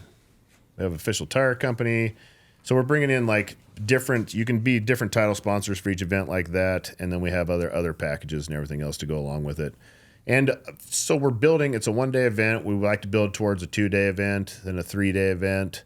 And then we also have the Nitro Circus UTV track is out there. We'd like to get UTV racing into it eventually, bring that in. But right now, one day, it's $100,000 for the track. So this year is going to be a one-day event? Yes, it's $100,000 for the track, and they take a percentage of ticket sales on top of it. Oh, wow. Does that include like insurances, all that? That includes nothing. Insurance is $15,000 for the day. So it's a couple $100,000 event all day long. Yeah. Wow.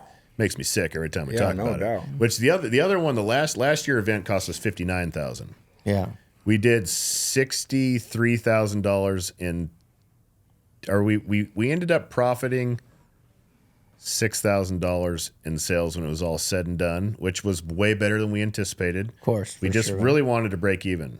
It was really all it was, is we just wanted it to work. And so between Modded Culture and Kruesi Originals, we own a sister company together as a partnership called Mayhem Productions, and that's what we produce our shows with. And we made enough money to where Chris got $3,000, we got $3,000. Yay! It's a lot of work for $3,000. That was 4 months worth of serious work. No one knows what it takes to the backside of what it takes to facilitate an event like that. The fence around the stunt lot alone was $11,000. Yeah. Just for the barrier fencing around that shit. It's insane. And then we got to rent cops, which you're you have to have, it's in the state of Arizona, you have to have police on scene for stuff like that. But you have to pay for that, and you have to pay a lot. I think they're $85 an hour to $100 an hour, and you got to have 4 of them on staff for that event. This one, we're going to have a serious force. So parking's across the street. We have to have 2 cops on duty to be crosswalk guards the whole time that get paid a bunch of money.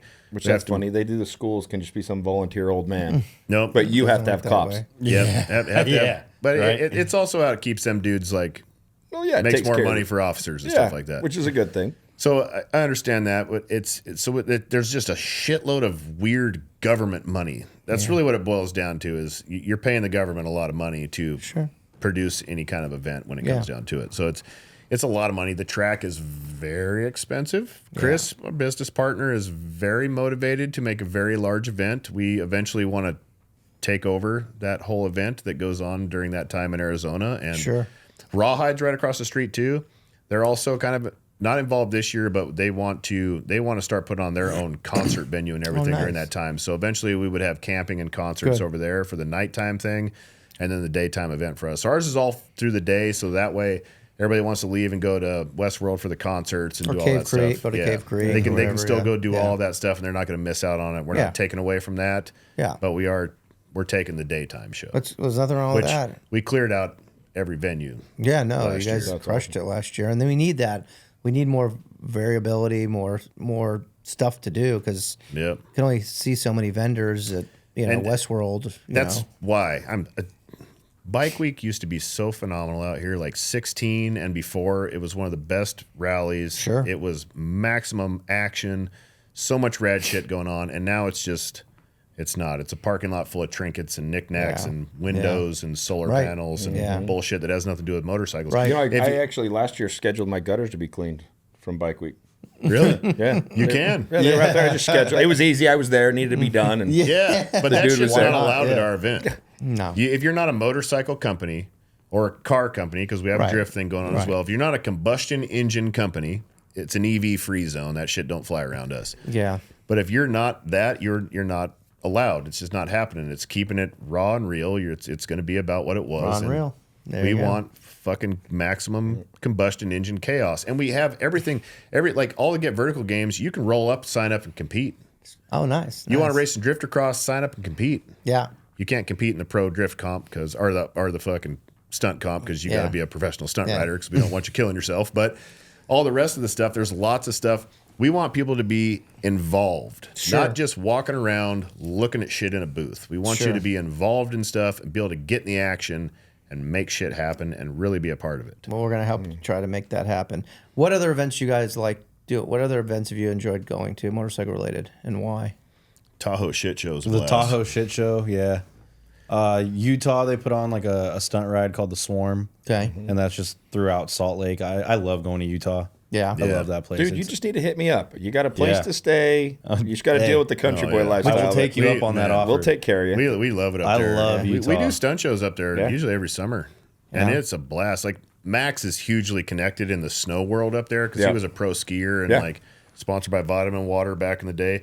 Max was the dude that did the base jumping in the first Transformers movie when all the military guys jumped off of the skyscraper. Like Max was one of those dudes. Really? Yeah, he used to like base jump with skis and shit, like ski off cliffs and base jump, and he's a legend up there. So he took us around after the stunt show, took us to like the Olympic Park, and we rode the luge. Have you done that? Yeah. No, I've never done that. I to did do that way yeah. too soon after having neck surgery. And you're doing these. I was like, just being crushed at like 4 Gs. We raced well, not like together, but we like they time your run, of course. right? So Ryan and I jump in this luge with the dude, and like when you're in those things, you're like packed tight. So I'm Right, pretty much right. sitting in his lap. Oh, right? yeah, Oh dude. God. So Your we butt's start to going. nuts. And we're going, and we hit the first turn, and it takes off, and I just hear this guy the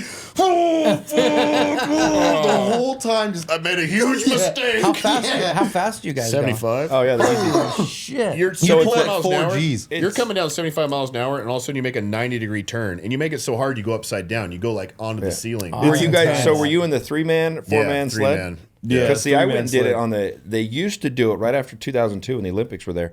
They used to do a 2-man sled. Oh man. And it's faster, but same thing. But then your butt's to nuts to this pilot Yeah. who you've never met before. yeah, pilot's in my lap. I'm in his lap. Yes, and you're like, We're just so, moving. and they show you how they work, and it's literally a set of handles connected to ropes Yep. that move these skis like this, and you talk about angles, right? It's like that's their radius. They have nothing. And I gotta try that that. dude's doing that all day long. I got to think about the spinal compression yeah. dance because you're getting crushed. Slammed, the G-forces right, yeah. are crushing you, and I Right. got 2 fake discs freshly in my neck, and I'm like, and we get up to the top, made and you the dude decide to goes, do that? "If you've had any back surgeries or any back or neck problems, you definitely do not do this." I'm like, "Well, fuck, I'm already here. I'm getting down the mountain, you know." Anything? You guys have a good time at Rocky Point, right? I saw you enjoy that. Rocky Point's by far. Yeah, Rocky one of- Point's the best. I love It's it, usually man. like Yeah. our like ender. You know What would I you mean? tell Like, people about that event if they like? How would you describe that? For starters, riding down there this year was the first time I've rode down there, Yeah. and it's a completely different experience. Yeah. Riding a Harley-Davidson through Mexico, you are a rock star. Yeah. Every town we rode through, everyone was out cheering and waving, and it was so It's a status fucking symbol in Mexico. awesome. To So even awesome. just have Yeah. a Harley, that's like Yeah. a. How about that? it's a Those certain desert status. scenes going through. Magical. I mean, wasn't that amazing? And yeah. if you get down there, it's paradise. Yeah. You know, it's just a absolute paradise vacation. The only rule is don't fall over. You know, straight told us if you fall over, you're arrested. Other than that, have a good time. Yeah. Like, yes, dude. And that freedom. Yeah. Like, this is the land of the free. I think Mexico's a little more on the free side. This is the land of the safety police. Yeah. Mexico is like, we're doing a stunt show and they got caution tape up between us and the crowd. And they're like, well, it's their fucking fault if they step out in front of you. Like, okay. Yeah. Touche, salesman. Sure, dude. Let's go. Right on. You know, and the governor of Sonora came out and did a burnout in his fucking spider, like a can. Or Sonora the guy. slingshot. Oh, that's awesome. I didn't know Yeah, he that. came That's out with this whole military export. He pulled out in the middle of the stunt show. He did a Nice. burnout and shit, and then got out. Got to meet him. It was cool. That's cool. Had his Gucci slippers on and dudes with machine guns around him. You know, like, yeah. Oh, that's Oh, that man. was the governor Yeah. of Sonora? Yeah. Oh, was it? That's, They told me he was the president. I know, I'm like, they were the saying president's a president. I was like, woman. there's no way the Governor president's Sonora, coming to yeah. fucking It's like the Sonora, state, yes. dude. Sonora Yeah. State. No That's way. that's the biggest rally in Mexico, though. Yeah. Yeah. Well, there's one. Isn't one in Mazatlan too? There is. Yeah. That one's pretty big Yeah, too. yeah, It's but- right by yeah. San Carlos. Oh, really? Yeah. Yeah. I've never been to it, but I've heard it's. I heard And it's absolutely phenomenal. The food, just going down there, you eat like a king. Yeah. The after party this year at Playa Bonita was awesome. We all Yeah. got hammered. Oh, that I was think fun. most of us were throwing up the next day. Well, he's a great host, also Oscar. Oh yeah, Oscar is awesome. Yeah, yeah. Oscar is very a very stoic. You know, like that Yeah. dude's G Yeah, for he sure. is. You know, Whatever that stuff we drank, I've never had anything better than that. Whatever that stuff's No. called, you know. But that stuff man, was he had a smooth. name for it. Bacanora. Yeah, that was amazing. That's Bacanora. impressive. You remember. I'm Yeah. from there. Oh. yeah. I grew up on the border. That stuff is so smooth. I've never drank something that doesn't have like an after, like doesn't Yeah. hit you. Like I mean, it hits you just a different way. you Man, know? we were Yeah. we were buying. I bought a bottle. Yeah, Justin yeah. bought a bottle, and you bought a bottle. Yeah. It was. And then it was next day. I woke up, puked my guts out, got on my bike, and rode some stunt shows. There you go. It was fucking awesome. Mexico's awesome. Yeah. That's the best one of the year. I Hands agree. down. I tell everybody it's spring break for adults. You get the water, the food, the environment. We went on the pirate ship. I mean, The pirate ship was that a was blast. just great. Yeah, Yep. just hanging out. And I'll tell everybody if you're gonna go to one rally, go there. Yep. It's just it's got everything. It's the last. That's the last biker rally. Yeah. I agree. That's the last one where you can really go do biker shit. You know, Right. like you can really Burnouts, just while out. boobs. The roads. They have banners on the fucking main road that says "Do a burnout here." You know, like they want you doing burnouts down Beads. Main Street. They want you wiling out. Like Chicks showing their tit. It was every rally we go to now, you do a burnout. You got somebody throwing a fit. Right. And, you know, we get our asses chewed everywhere we go for doing shit that Not in there. people want at motorcycle shows. Like, They expect it on that on the Malecon. They want to see the burnouts. They yeah, wanna it's see it. oh yeah, you'll be sitting there. You're doing a burnout here. There's a dude on a Road King with a 40 and a cup holder in his handlebars. He's got a naked chick in the back seat. Yeah. You're like, I'm in the right place. You've got a little wink. Man. Yeah. I love it.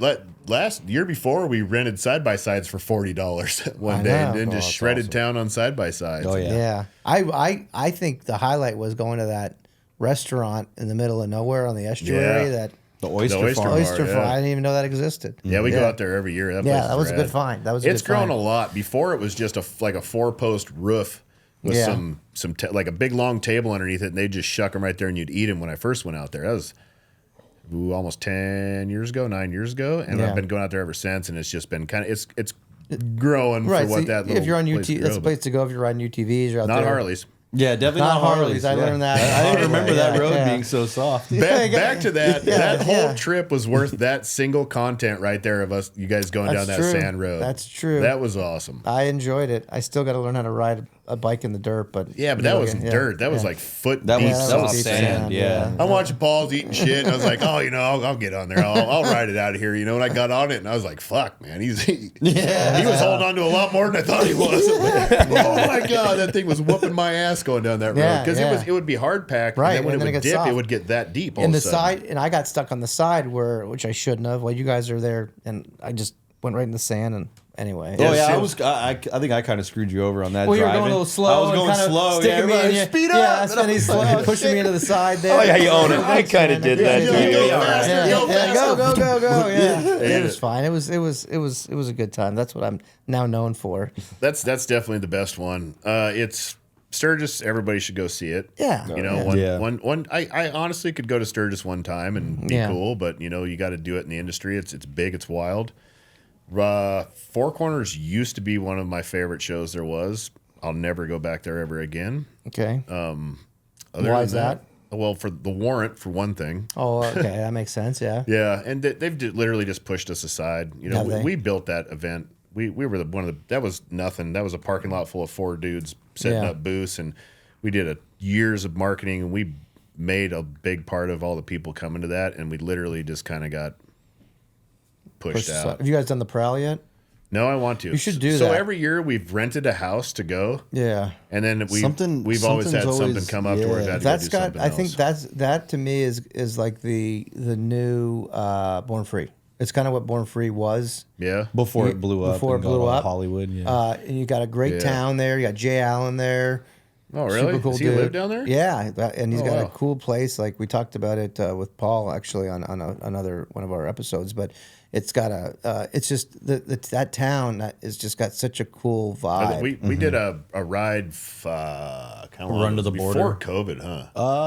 Or was it? It was Yeah. during COVID, I think. No, it's when You went to Road Bisbee, came. you mean, or? No, we called it Run to the Border. So we did a ride where we probably had 40 guys show up, and we rode to Bisbee. And then to We Naco. spent the night, and then we Yeah. rode to Naco. Yeah, like Gay and then 90s bar The and Gay all that. 90s bar is rad. You can actually park at the border and walk across, and there's a Mexican place Jay Allen took us to. At Naco? Yeah. Oh, wow. You park, you go Is to the border. clubhouse still across the street, like the Lost Bastards or something? There's a shop. There's a shop there. Yeah, that's a motorcycle club. Right. Which I think they're Oh, the yeah. guys guarding the tunnels, to be honest. Probably, yeah. So we met the president, we hung out with them, and we partied in there, and then that dude got killed like 2 weeks later. We saw in the newspaper. Ran off Oh, the really? road. Yeah, somebody he got ran him off the road, like a hit and run around You the should, road you should type go. shit. I went with Paul one year. That's where I rode the Suzy Q and almost got killed getting bucked off. But anyway, another story. But yeah, it's all old. You know, it's all old choppers, young guys, and it's a great show. It's a I always great heard they show. got really good country cover bands down there, like good old Waylon. There's a Waylon cover band that used to play down there is every there? year. Yeah. And I really wanted to go for that alone, to be Yeah, honest. the 'cause- town's cool. It's like something out of like a movie or something. It's just Yeah. a really neat, Yeah, old different mining town. Old mining town. They and, do. There's yeah. there's like a world famous staircase run there. They have like one of the longest staircases in the country. Oh, really? Bisbee 1000, yeah. Yeah, it's like 1,000 steps. Really? Yeah. And it's like a marathon type run, and I've wanted to do that forever, but it's like a 5-year waiting list to even get into the Oh, really? competition. It's massive. Huh. Yeah. Yeah, well, if you guys want to do that, we can all ride down there, and it's just. I'm one down night. for That, that. Yeah, Prowl, it's in- yeah, it's we've in March or something. literally been Yeah, trying March, to go yeah. for years. Yeah, Tucson guys put it on. Good guy, motorcycle guys, and very organic, and yeah, It used to be the Howlin' Prowl, and then COVID killed Correct. it, and Right. then it came back as the Prowl now. yeah, right? back to basics. Yeah, Yeah. they call it Proud Back to Basics. We yeah. went to, what did we end up in that weird rally we ran across at the Choptown Campground or something? Or remember? Yeah, Choptown, So it only happens every 2 years or Choptown something. Campground up in Payson. Oh, really? I'm not familiar with We that. not on purpose.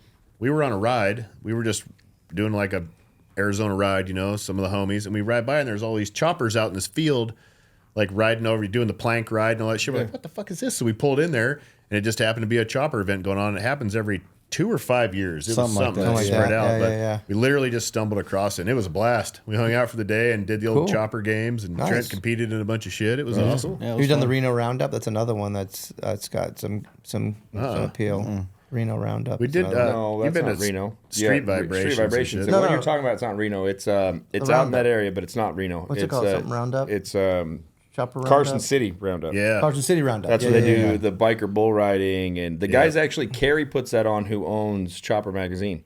Oh, really? So Yeah. he Shit. owns that and puts that on, and he puts chopper shows on around the country. He does Chopper Magazine. So the chopper scene is, I think, the only like the chopper events that are going on are the last of the Real biker bikers. events. True. You know? Yeah. Like they still got the Yeah. old bike, the biker games. Like, why is that shit not existing at events anymore? Why are we not doing barrel races and barrel pushes and slow drags and plank rides and all the stuff that people got to do and love? Like, Vince aren't doing that. They're all blacktop parking lots and vendors. Like, bring that stuff back. Because Like, it's become commercialized. Well, that's how why, about the? you know. I always loved the Yeah. Kickstart games. oh yeah, they were yeah. doing that too. They had Yeah. to had to take their boots off or something, right? Some they had to run crazy down, shit, put their yeah. boots on, kickstart their bike, and then take off And down then the grass. they go 50 feet on the bike, but it was the first Yep. person to do it all. And you watch that guy who knows his timing perfect. Oh, and it's yeah. like, it looks like it's a half a kick and it fires up. Yep, yeah, that was big. Like that stuff's rad. I love chop.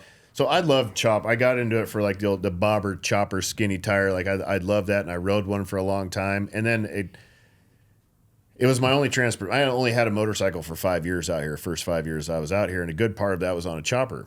And you'd be leaving the hideaway at 1 o'clock in the morning, half fucked off, and you hit a bump and your headlight blows off and goes flying down the road. And now you got 45 minutes of no lights and you're drunk and you're like, shit, I'm going to jail. I better ride fast, And or I hit a bump one time and I bounced off my Springer seat, landed on the back fender so hard it bent it in where it caught the tire, blew the fender off, caught my shirt, peeled it right off into a tube top immediately. And I was just like, what the fuck?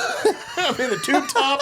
My fender's gone. I still got my nuts, thank God. Have you ever, talking about going to jail, you guys ever been arrested for anything? What's that? I've been arrested? Yeah. What's Give me an idea. Well, you missed it. He said warrant earlier. Yeah. Oh, no, I got a warrant for a YouTube video. Durango PD put a warrant out for me for a YouTube video. You got to be kidding me. Swear to God, that happened the last time. I had Law Tigers. You guys got a lawyer for me. I met with down at the fairgrounds, and then Trevor got the chief of police to come down and talk to me because they were trying to fucking arrest me there. That's crazy. For a YouTube now video. You say that, now I remember hearing They've already arrested 2 guys and given them 7 felony charges, including attempted manslaughter from our YouTube video because a guy wrecked on the $1 Million Highway that was nowhere near anyone. Nothing to do with us, but they were fucking drinking, so they used us as an excuse to get out of a DUI and tried to say that we ran him off the road and tried to kill him, which they were 100 yards up the road. They came around the corner, the dude grabbed his front brakes and wrecked. 5 more people rode by. We were in a parking lot to the side. I have it all on video. So they came to Phoenix, arrested a kid out of his car on gunpoint because he was the first license plate they got up. We lead a ride every year to Silverton or the $1 Million Highway for the dealership. This is like a ride of 100 plus people of just average people on their motorcycles. And the kid ran off. This dude wrecks up the road. So they got this one kid's license plate. They came to town, arrested him on gunpoint, extradited him up to there, charged him with all this crazy shit, which we have the video of this guy wrecking because we film everything. We gave it to him. He won the case. He's now suing Durango for $250,000 for defamation and all this shit. And then they arrested Rebel Dean out of Salt Lake City, hit him with 7 felony charges. We gave him the video as well. He beat that case as well. But it's just... That's crazy. And then they sicked the sheriff on the whole pack. The guy was trying to run people off the cliff, spraying people with pepper spray out the fucking window riding by the pack. It was the craziest, most intense, like this cop's trying to kill people shit I've ever been through in my entire life. Mm-hmm. This was the sheriff. On the way to Silverton. So like I think the cop was from Silverton.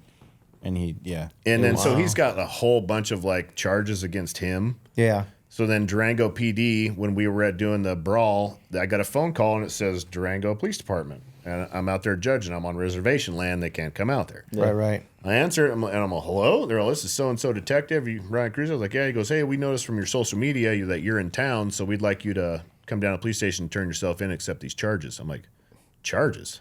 For what? I'm on my way.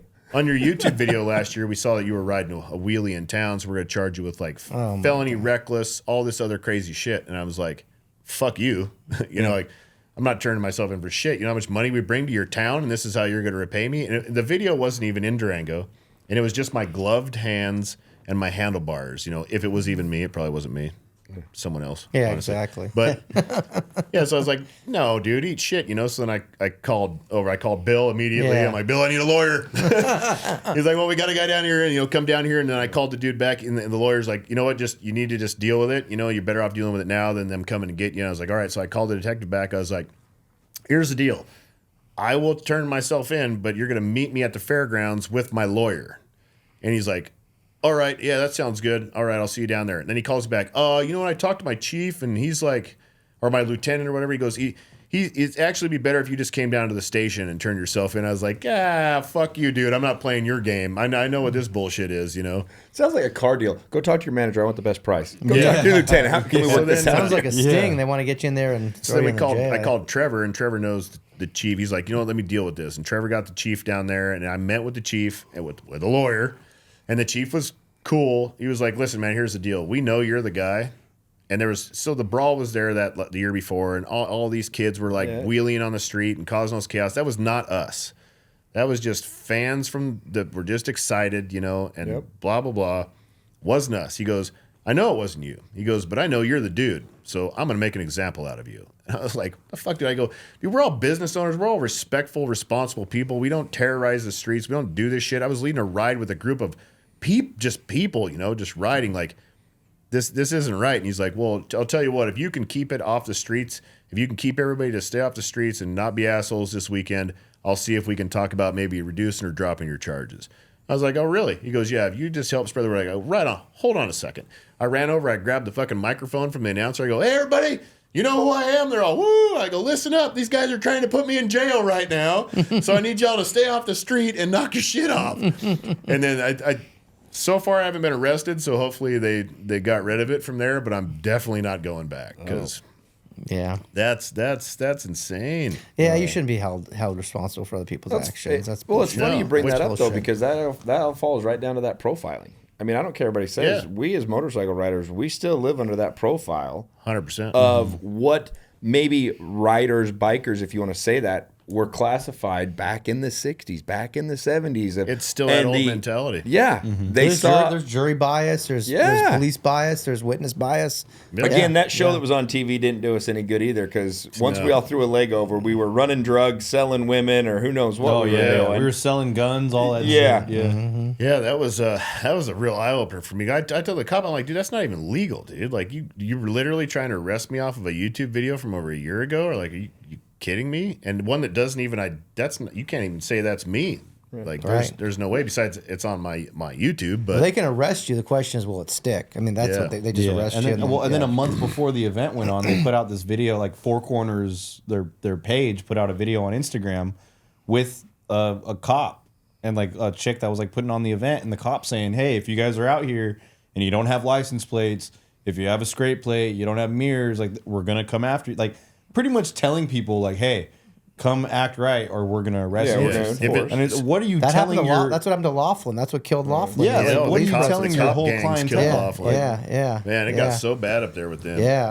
At our last after party we hosted up there that year that they were trying to arrest me for, after the after party, they were sitting outside the after party parking lot, and every bike that left with a scrape plate, they were popping them. They were That's pulling them bullshit. over. Which is terrible because, I was involved in the Four Corners rally way back when the Tribe ran it. Yeah. Like, I sat with the Tribe. What was that guy's name? Chief, We're not going to talk about his Chief name. something. Chief Longhorse or something like that. When it was an in Ignacio. and they Yes. they struggled, right? And that it finally came around. And credit to Trevor, I love Trevor. Yeah. He's worked so hard with that dealership to make it come back. But for him to have that looming over his head, Yeah. because he's a rider, man. That guy puts the down city miles. does He's- not want it. Correct. And Yeah. here's Trevor trying to do what's right for the industry, do what's right for his community there in Durango. Yep. And yet he's battling that over and over again. Yep. And good guys like you who helped him get to where it's at. And he'd probably sit here and admit it. Yeah. But now you can't go back and won't go back because of the way you're treated. They wouldn't come and meet with me down at the fairgrounds because Trevor wouldn't allow the Durango Police Department on the fairground property. Good for Trevor. That's Yeah, because they were interesting. harassing people so much the year before at our after party. They were literally at the parking lot party, and they were just pulling. As soon as people came out and got on their bikes with a scrape plate or a broken tail light, stunt rider looking shit, obviously, they're immediately fucking nailing them. Every one of them, he goes, they were harassing people so much, he's like, I'm not letting them on the property. And Trevor's a great guy. I love Trevor. yeah. His business partner, not so much. Is that We've had the issues. ex-business partner? Is Chip still? No. There's another business partner that we won't name names. Who we've That wasn't a business partner. That was a consultant. yeah. Oh, yeah. Another guy. He's the one that brought us in there. And The guy that he used to be involved with yeah, the industry guy. I know. Yeah, we know who you're talking about. Yeah. yeah. Yeah. We'll leave that one alone. Yeah. We'll leave that No, one but to your point is good. Yeah. Trevor, good for Trevor for doing the right thing and, Yeah, and he's- protecting and his they got a event, big protecting event. his people. It used to be very grassroots, wiling out. Like that was the great biker rally, Yeah.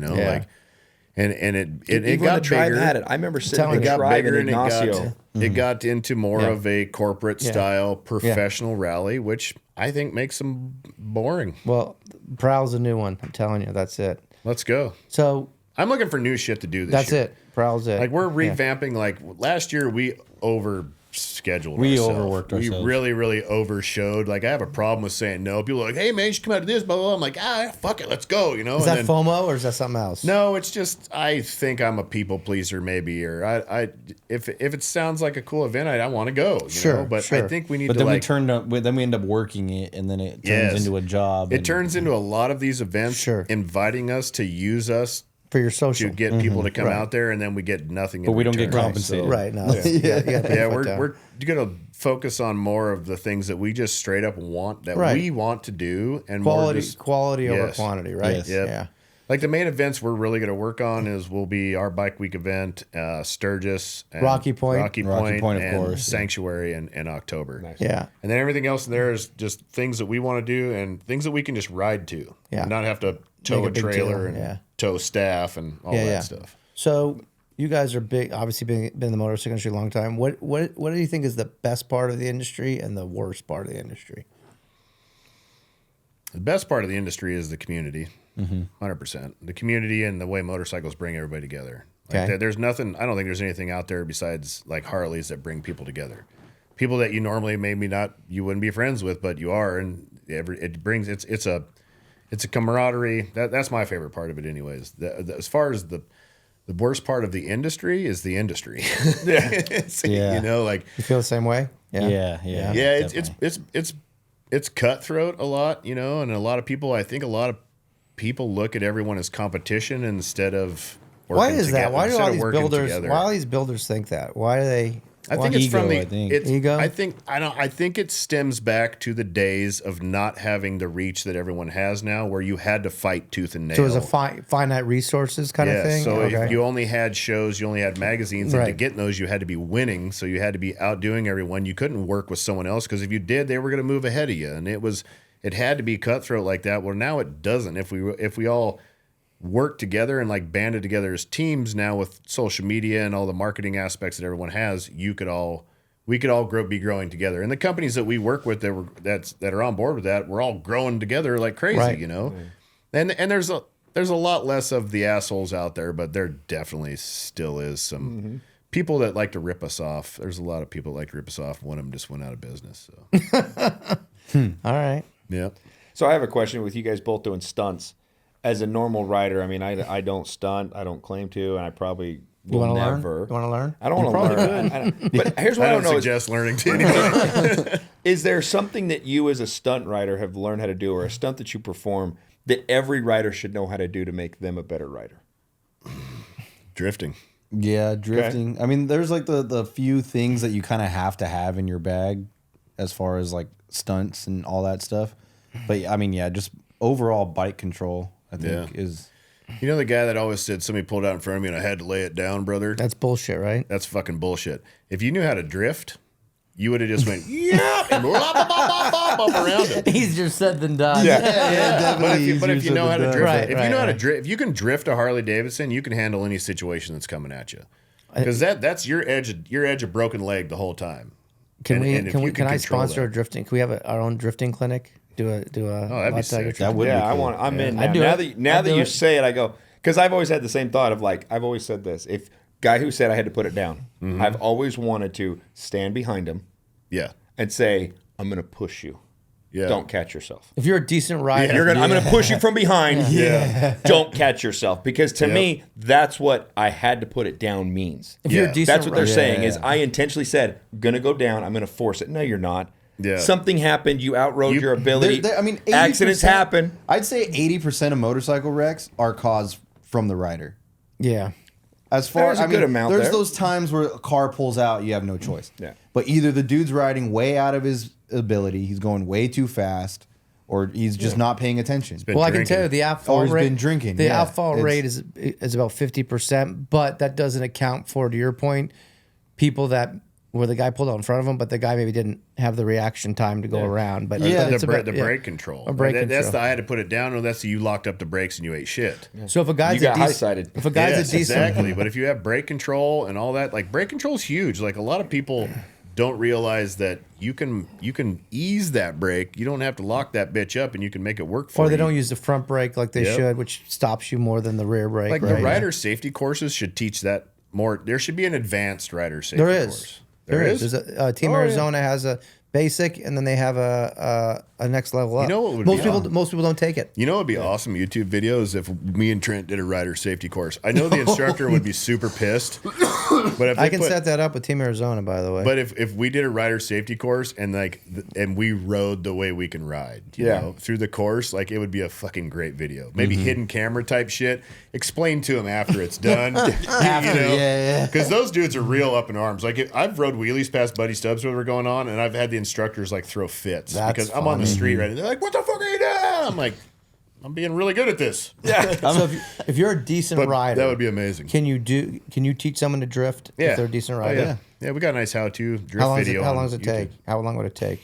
That depends on your dedication to practice. Yeah, it took me forever to figure it out, but then once you figure it out, then it's.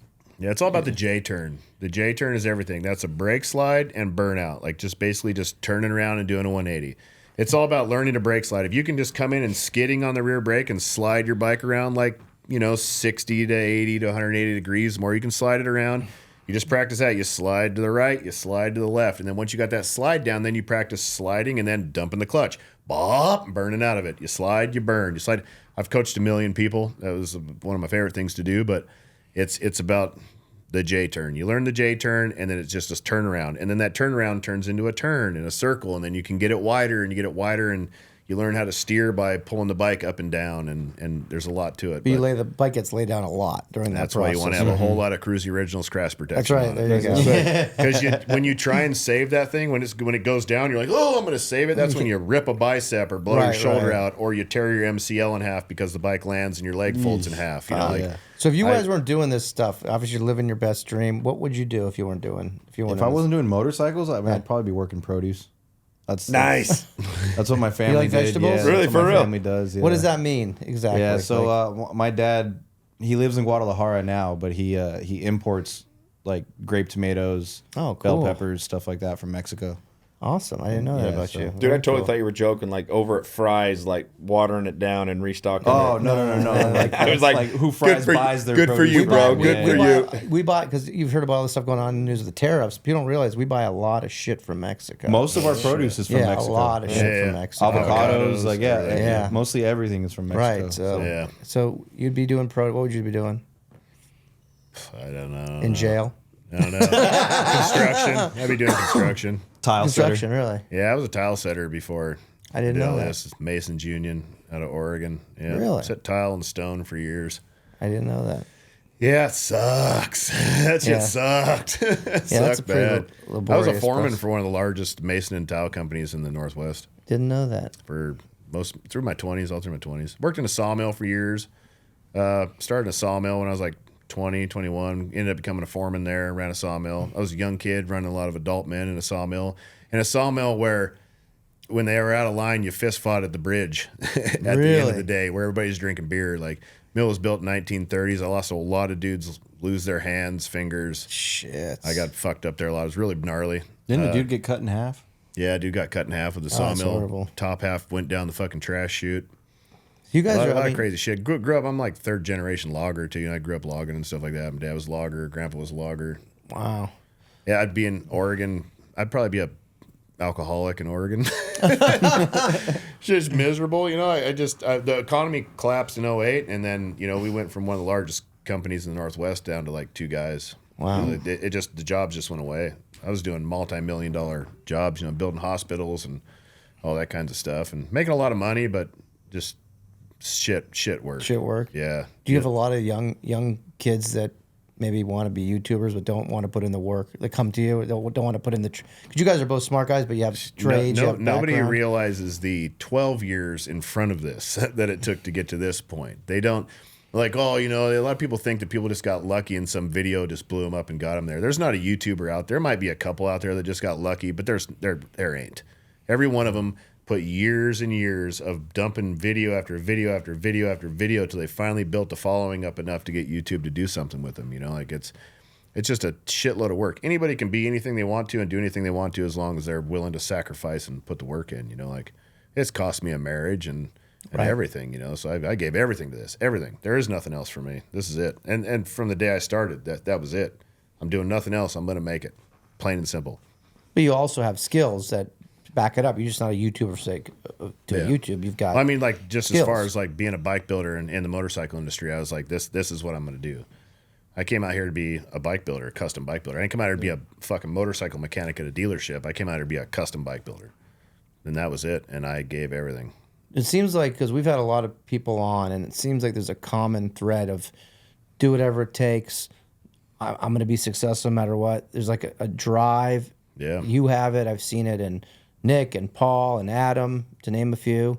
It's just like you just see it. It's in their eye. I think it's a lot know? of the guys that grew up with really shitty childhoods. You know? Okay. We grew up with shit, and you know when you got, if you've starved in your life, you've got a motivation to make some fucking, like, I know that I spent a lot of years real broke and real poor, but really still pushing really, really hard to make this happen. And I could have went and got some job, and I could have went back to construction and made good money, but that just wasn't an option for me mentally. I'm going to do this, plain and simple. I'm going to make it, or I'm going to fucking die trying.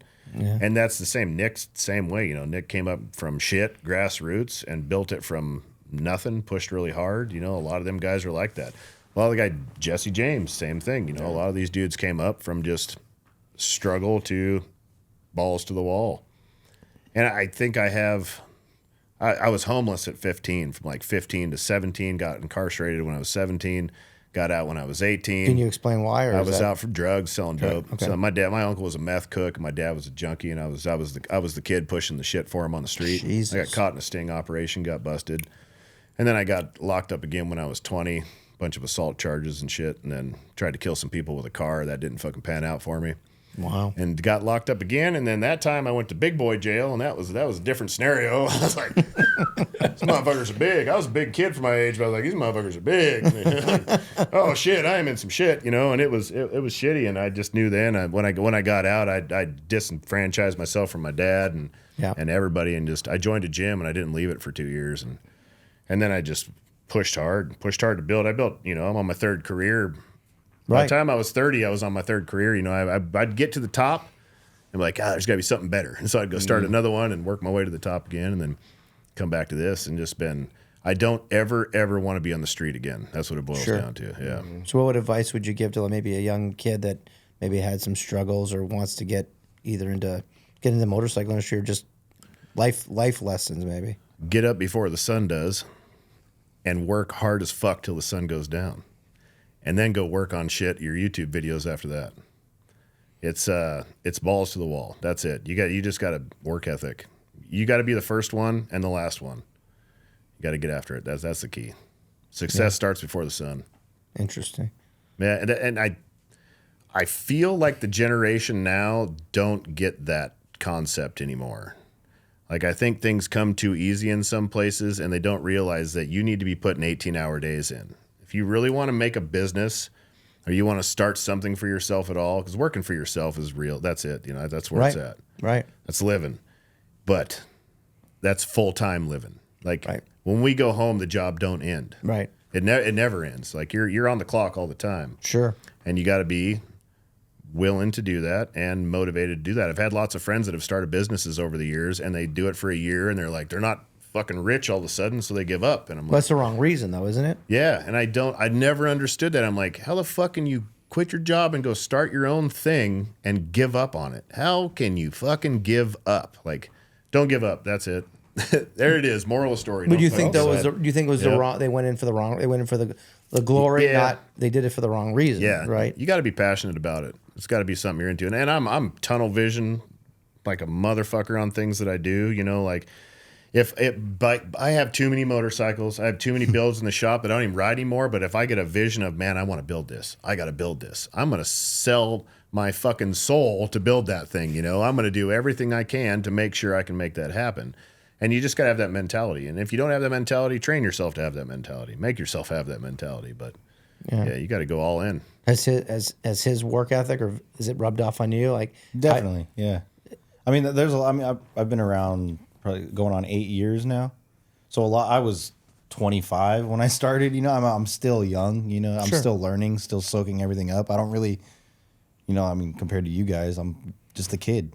Sure. So, I mean, It's because we're old. I've learned a lot, and I just, you know, everything that he says, I just, you know, keep an ear out and soak everything up and learn. Well, it's got to be nice to have a mentor like that. I mean, business partner, friend, mentor. I mean, that kind of stuff. They always say, you become who you center yourself around.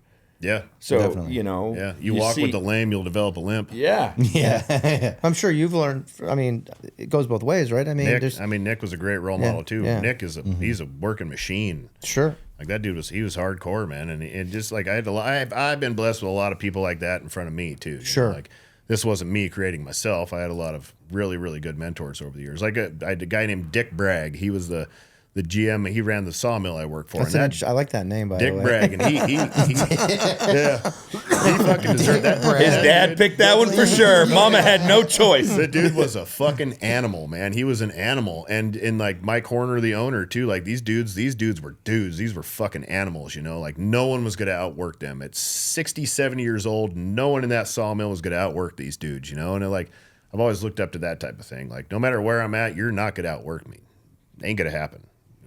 And you can try, but I'm gonna fucking win, Sure. And I just learned from those type of people. I've always had those people in my life. So it's surround yourself with the right people. Right. You are who you hang out with. That's Plain true. and simple. Yeah, I try to find people that are more successful, that have skills that I don't have. 100%. Yeah. You should be looking up to your people that you're hanging around with. Right. Not trying to coach them along in life, And if you're in a situation in life where you're like, man, I sure would like to, I wish I could be doing that. Look at who you're hanging out with. What are they doing? Are they not doing shit too? Are all your buddies not doing shit? Right. Maybe you're hanging out with the wrong people, True that. Maybe you should cut them loose. And like I said, when the last time I got locked up, when I got out, I was like, this is not how I want to be living. And all you motherfuckers are living that way. So, I mean, most of them are probably dead or dead whatever. in prison. Yeah. I got friends that are doing murder raps and stuff that I grew up with. And crazy shit. Just meth. Like meth was bad in Oregon. Everybody was on. I was selling meth to school teachers and shit when I was in high school. Like, Jesus. I have an 8th grade education. And I have associate's degree now, but 8th grade, like it was just a crazy, shitty. I grew up in a town that was a logging booming town, and then the environmentalists just killed that shit, and that town just went into a cesspool, basically. Sure. Of just drugs and despair. And I grew up in the drugs and despair age, right. Where it was just chaos, and I was a lot to hold on to. My mom kicked me out when I was like 15 years old, and then that was that. I was running the streets and making it happen, and I was with the wrong people. Right. You were connected with your mom and of late, or your family? Dead. My parents are dead. Okay. All right. But yeah, it's and now the people we hang out with, fucking killers. Like people we hang out with are killing it in the industry, and like all of our friends are motivated, and they're either pushing really hard to be better stunt riders or pushing hard to be just better people, better, more. All making money. A good friend of ours, Rob, I was talking about wanting to buy something. I think it was maybe my vet or something. I was like, man, I just don't know if I want to spend that money. And Rob goes, why don't you just work harder and make more money? I went, fuck, you're right. Like, damn it. I guess I'm going to buy a Corvette. Yeah. And so I did. I hustled my ass off and I bought a Corvette. Do you guys see yourself doing this for many more years or anything different? I mean, anything? I mean, this is the it. long game. Yeah. There's nothing else really. I mean, I want to. I'm not going to go back and work produce. I'm not going back to that. This is. You could just deliver some cool produce to Harley. Yeah. Hey, good avocados. A good avocado's worth its weight in gold. You know? Yeah. I want the world to know my name when I leave. I want to put a stamp on the world. I want to leave a legacy behind. I don't want to just be another dude that was here and came and went. I want the Kruesi name to come up from the gutter and to be known, like my dad was the junkie on the bicycle. I want to be the dude that the guys in fucking Dubai want to hang out with, and that's the goal. Like that's where it's at. And I think everybody should strive for that. Right. Why strive to be normal? Strive for fucking excellence. Strive for greatness. It's true. I love that. Very cool. Very cool. You got anything else? Man, I'll tell you what, today. it's gone from fun to dark to sad to philosophical now. It's like an emotional roller coaster here. Let me tell you a story about a cat that we found in our tire pile. Oh, Jesus Christ. So this fucking cat. Tommy comes in, he goes, I think there's a baby skunk in the tire pile outside. And I was like, really? That's pretty cool. So we go out there and we're trying to find it. It turns out to be this kitten that's like a 1 pound little kitten covered in grease and filth, been just a feral cat hanging out there. So Trent caught him. Trent and Tommy did a little, So June, like the day we found it, June was like putting out treats, like kind of coaxing it out of the tire pile. So like it would come out, but as soon as you would step out, it would run back into the tire pile. So like the next day, Ryan had something to do. He wasn't there. June wasn't filming, so it was just Tommy and I at the shop. And I put like a like a box on top of the trash can, like, you know, did little treats and stuff. So I was like looking outside, and he comes out and he's like halfway in the box eating the treats. I had like a nice pile in there, and halfway out of the box, right? So I'm like, I sneak up behind him and I just like, boom, shove him in the box and just grab the box. And he's like freaking out in the box. The box is moving all crazy. I like show Tommy and just like the cat jumps out, all fours, out of the box into the shop. And he's just, it was a whole day of trying to wrangle this cat in the shop. Finally got him in a box, and then I took him home for the evening. Yeah. And then I brought him, we were going to keep him at the shop. He was going to be a shop cat. We'll just make him a shop cat. So we bought this giant dog kennel that you can fit like 4 people inside of. And we'd make it a little sanctuary for him, and he can hang out in there. That was the plan. So I bring him back to the shop the next day, and he got away from me. I don't remember how that happened. Oh, we had him in a big box. This little while we were setting the kennel up. He jumps out of the box and disappears. We spend 7 hours looking for this, and I'm more worried about my old lady because she had seen him the night before, and she's like, "You don't you take him back to the shop? He's a baby. You can't take him there." I'm like, "He'll be fine." Well, he's gone. Like, right off the rip. Oh my God! It took us. We looked for him for 7 hours. Then June came in because she wanted to see the kitten. She found him in 10 minutes. He was inside the welder, which we got a big, industrial welder. We had to take the welder apart, and we set the kennel up around the welder, and we took him apart. And then I got him out of the welder, and I caught him, and then I took him home, and now he's my little buddy. His name's Luke. He hasn't been back to the shop since. His name's Luke Sky Whiskers. Nice. He is fucking awesome. I don't even like cats. I never wanted a cat, but he's like a little fur ball, like a long hair, and he's black and white, and he's about this big now. He's grown quite a bit, but he just terrorizes my house at full speed. He's doing laps, and then he's my buddy. He hangs out my lap. Most of the guys we've had in here have what is cats. It's a cat Paul has thing. Cats. Man, who else had a cat? Someone else had a cat. I never had, but it's so easy. Like he's if it was a puppy that age, it'd be a nightmare right now. I'd be shit. You can leave him alone. Yeah, that's what I don't like about him. I like my animal to depend on You me. dog guy? Oh yeah, dog guy. Yeah. I like that they depend on me. Like they need me. He was instantly Cats don't. litter I get box offended. trained. It's like, Get over here. why don't you want me to touch you? I have a no animal family. No kids, no animals. Keep it easy. Oh man, that's beautiful. Whiskers is he's very affectionate though. Like he snuggles with me all night long. Nice. He's my little buddy. I like him. So now, we got a nice tire pile kitty. Well, there you go. There you go. And then your house came with a cat. Yeah, apparently, unbeknownst to you. Apparently, the house came with a cat, so we got this big gray one that knocks on the door and begs for food. Really? Yeah, I heard some shit out on the porch, and we're like, "What the hell was that?" And I opened the door, this big old gray cat's out there. He's all, "Rah." Like, I started petting him. So now Heather's put a fucking bed, and she started feeding him. She's like, "Oh, I'd put a bed out. I feed him the same time." I'm like, knock it off. Oh man, He's yours now. There's gonna be every neighborhood cat. It's all horse properties. It's somebody's barn cat. Of course it is, because it's fat. It's being fed It's like a barn find, right? Yeah. Instead of finding a motorcycle, you find a cat. Leave that cat alone. Let him live his life. We don't need to take on another damn pet. But Now you'll take one on. Trust me. Yeah. Well, we want to thank you guys again for coming in. This has been awesome. Yeah, So glad we had a chance to get to know you more and hang out. And we're looking forward to working with y'all for many more years to come. So, thanks we again, got a lot of big things to do. Yeah, we appreciate everything you guys do for us. Yeah, and likewise, we wouldn't be able to do what we can do without you guys. So. Like I said, we plan on doing more stuff with you. We'll do Mexico, Prowl, the big event you're going to be doing. What's the name of that event, by the way? You're going to be doing during Metro Mayhem. Metro Mayhem. So that's going to be cool. And, I think Lionel may have a little surprise, but I'm not going to spoil his thunder, so he can talk about that at some future time.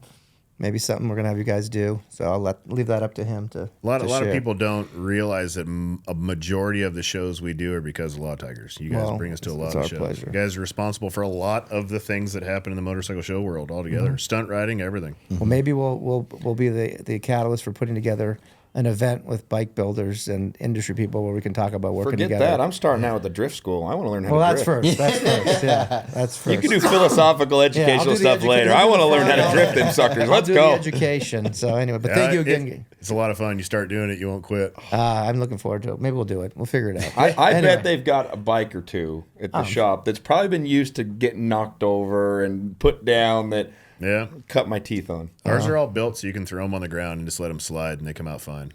Well, you're about 13, 14 years younger than I am. My shit breaks, so you can be the crash test dummy, if you will. So anyway, thank you again, guys. Been great, and look you. Our forward again pleasure. to 2025 and beyond. Thanks, And man. now you know that you were just on Motorcycle Mavericks, and we did get real and raw with you guys. That's right. Yeah. We did it. Yeah, it was a good one. Good Thanks. stuff. Good Appreciate it. production. Very good. Thanks again. Appreciate it.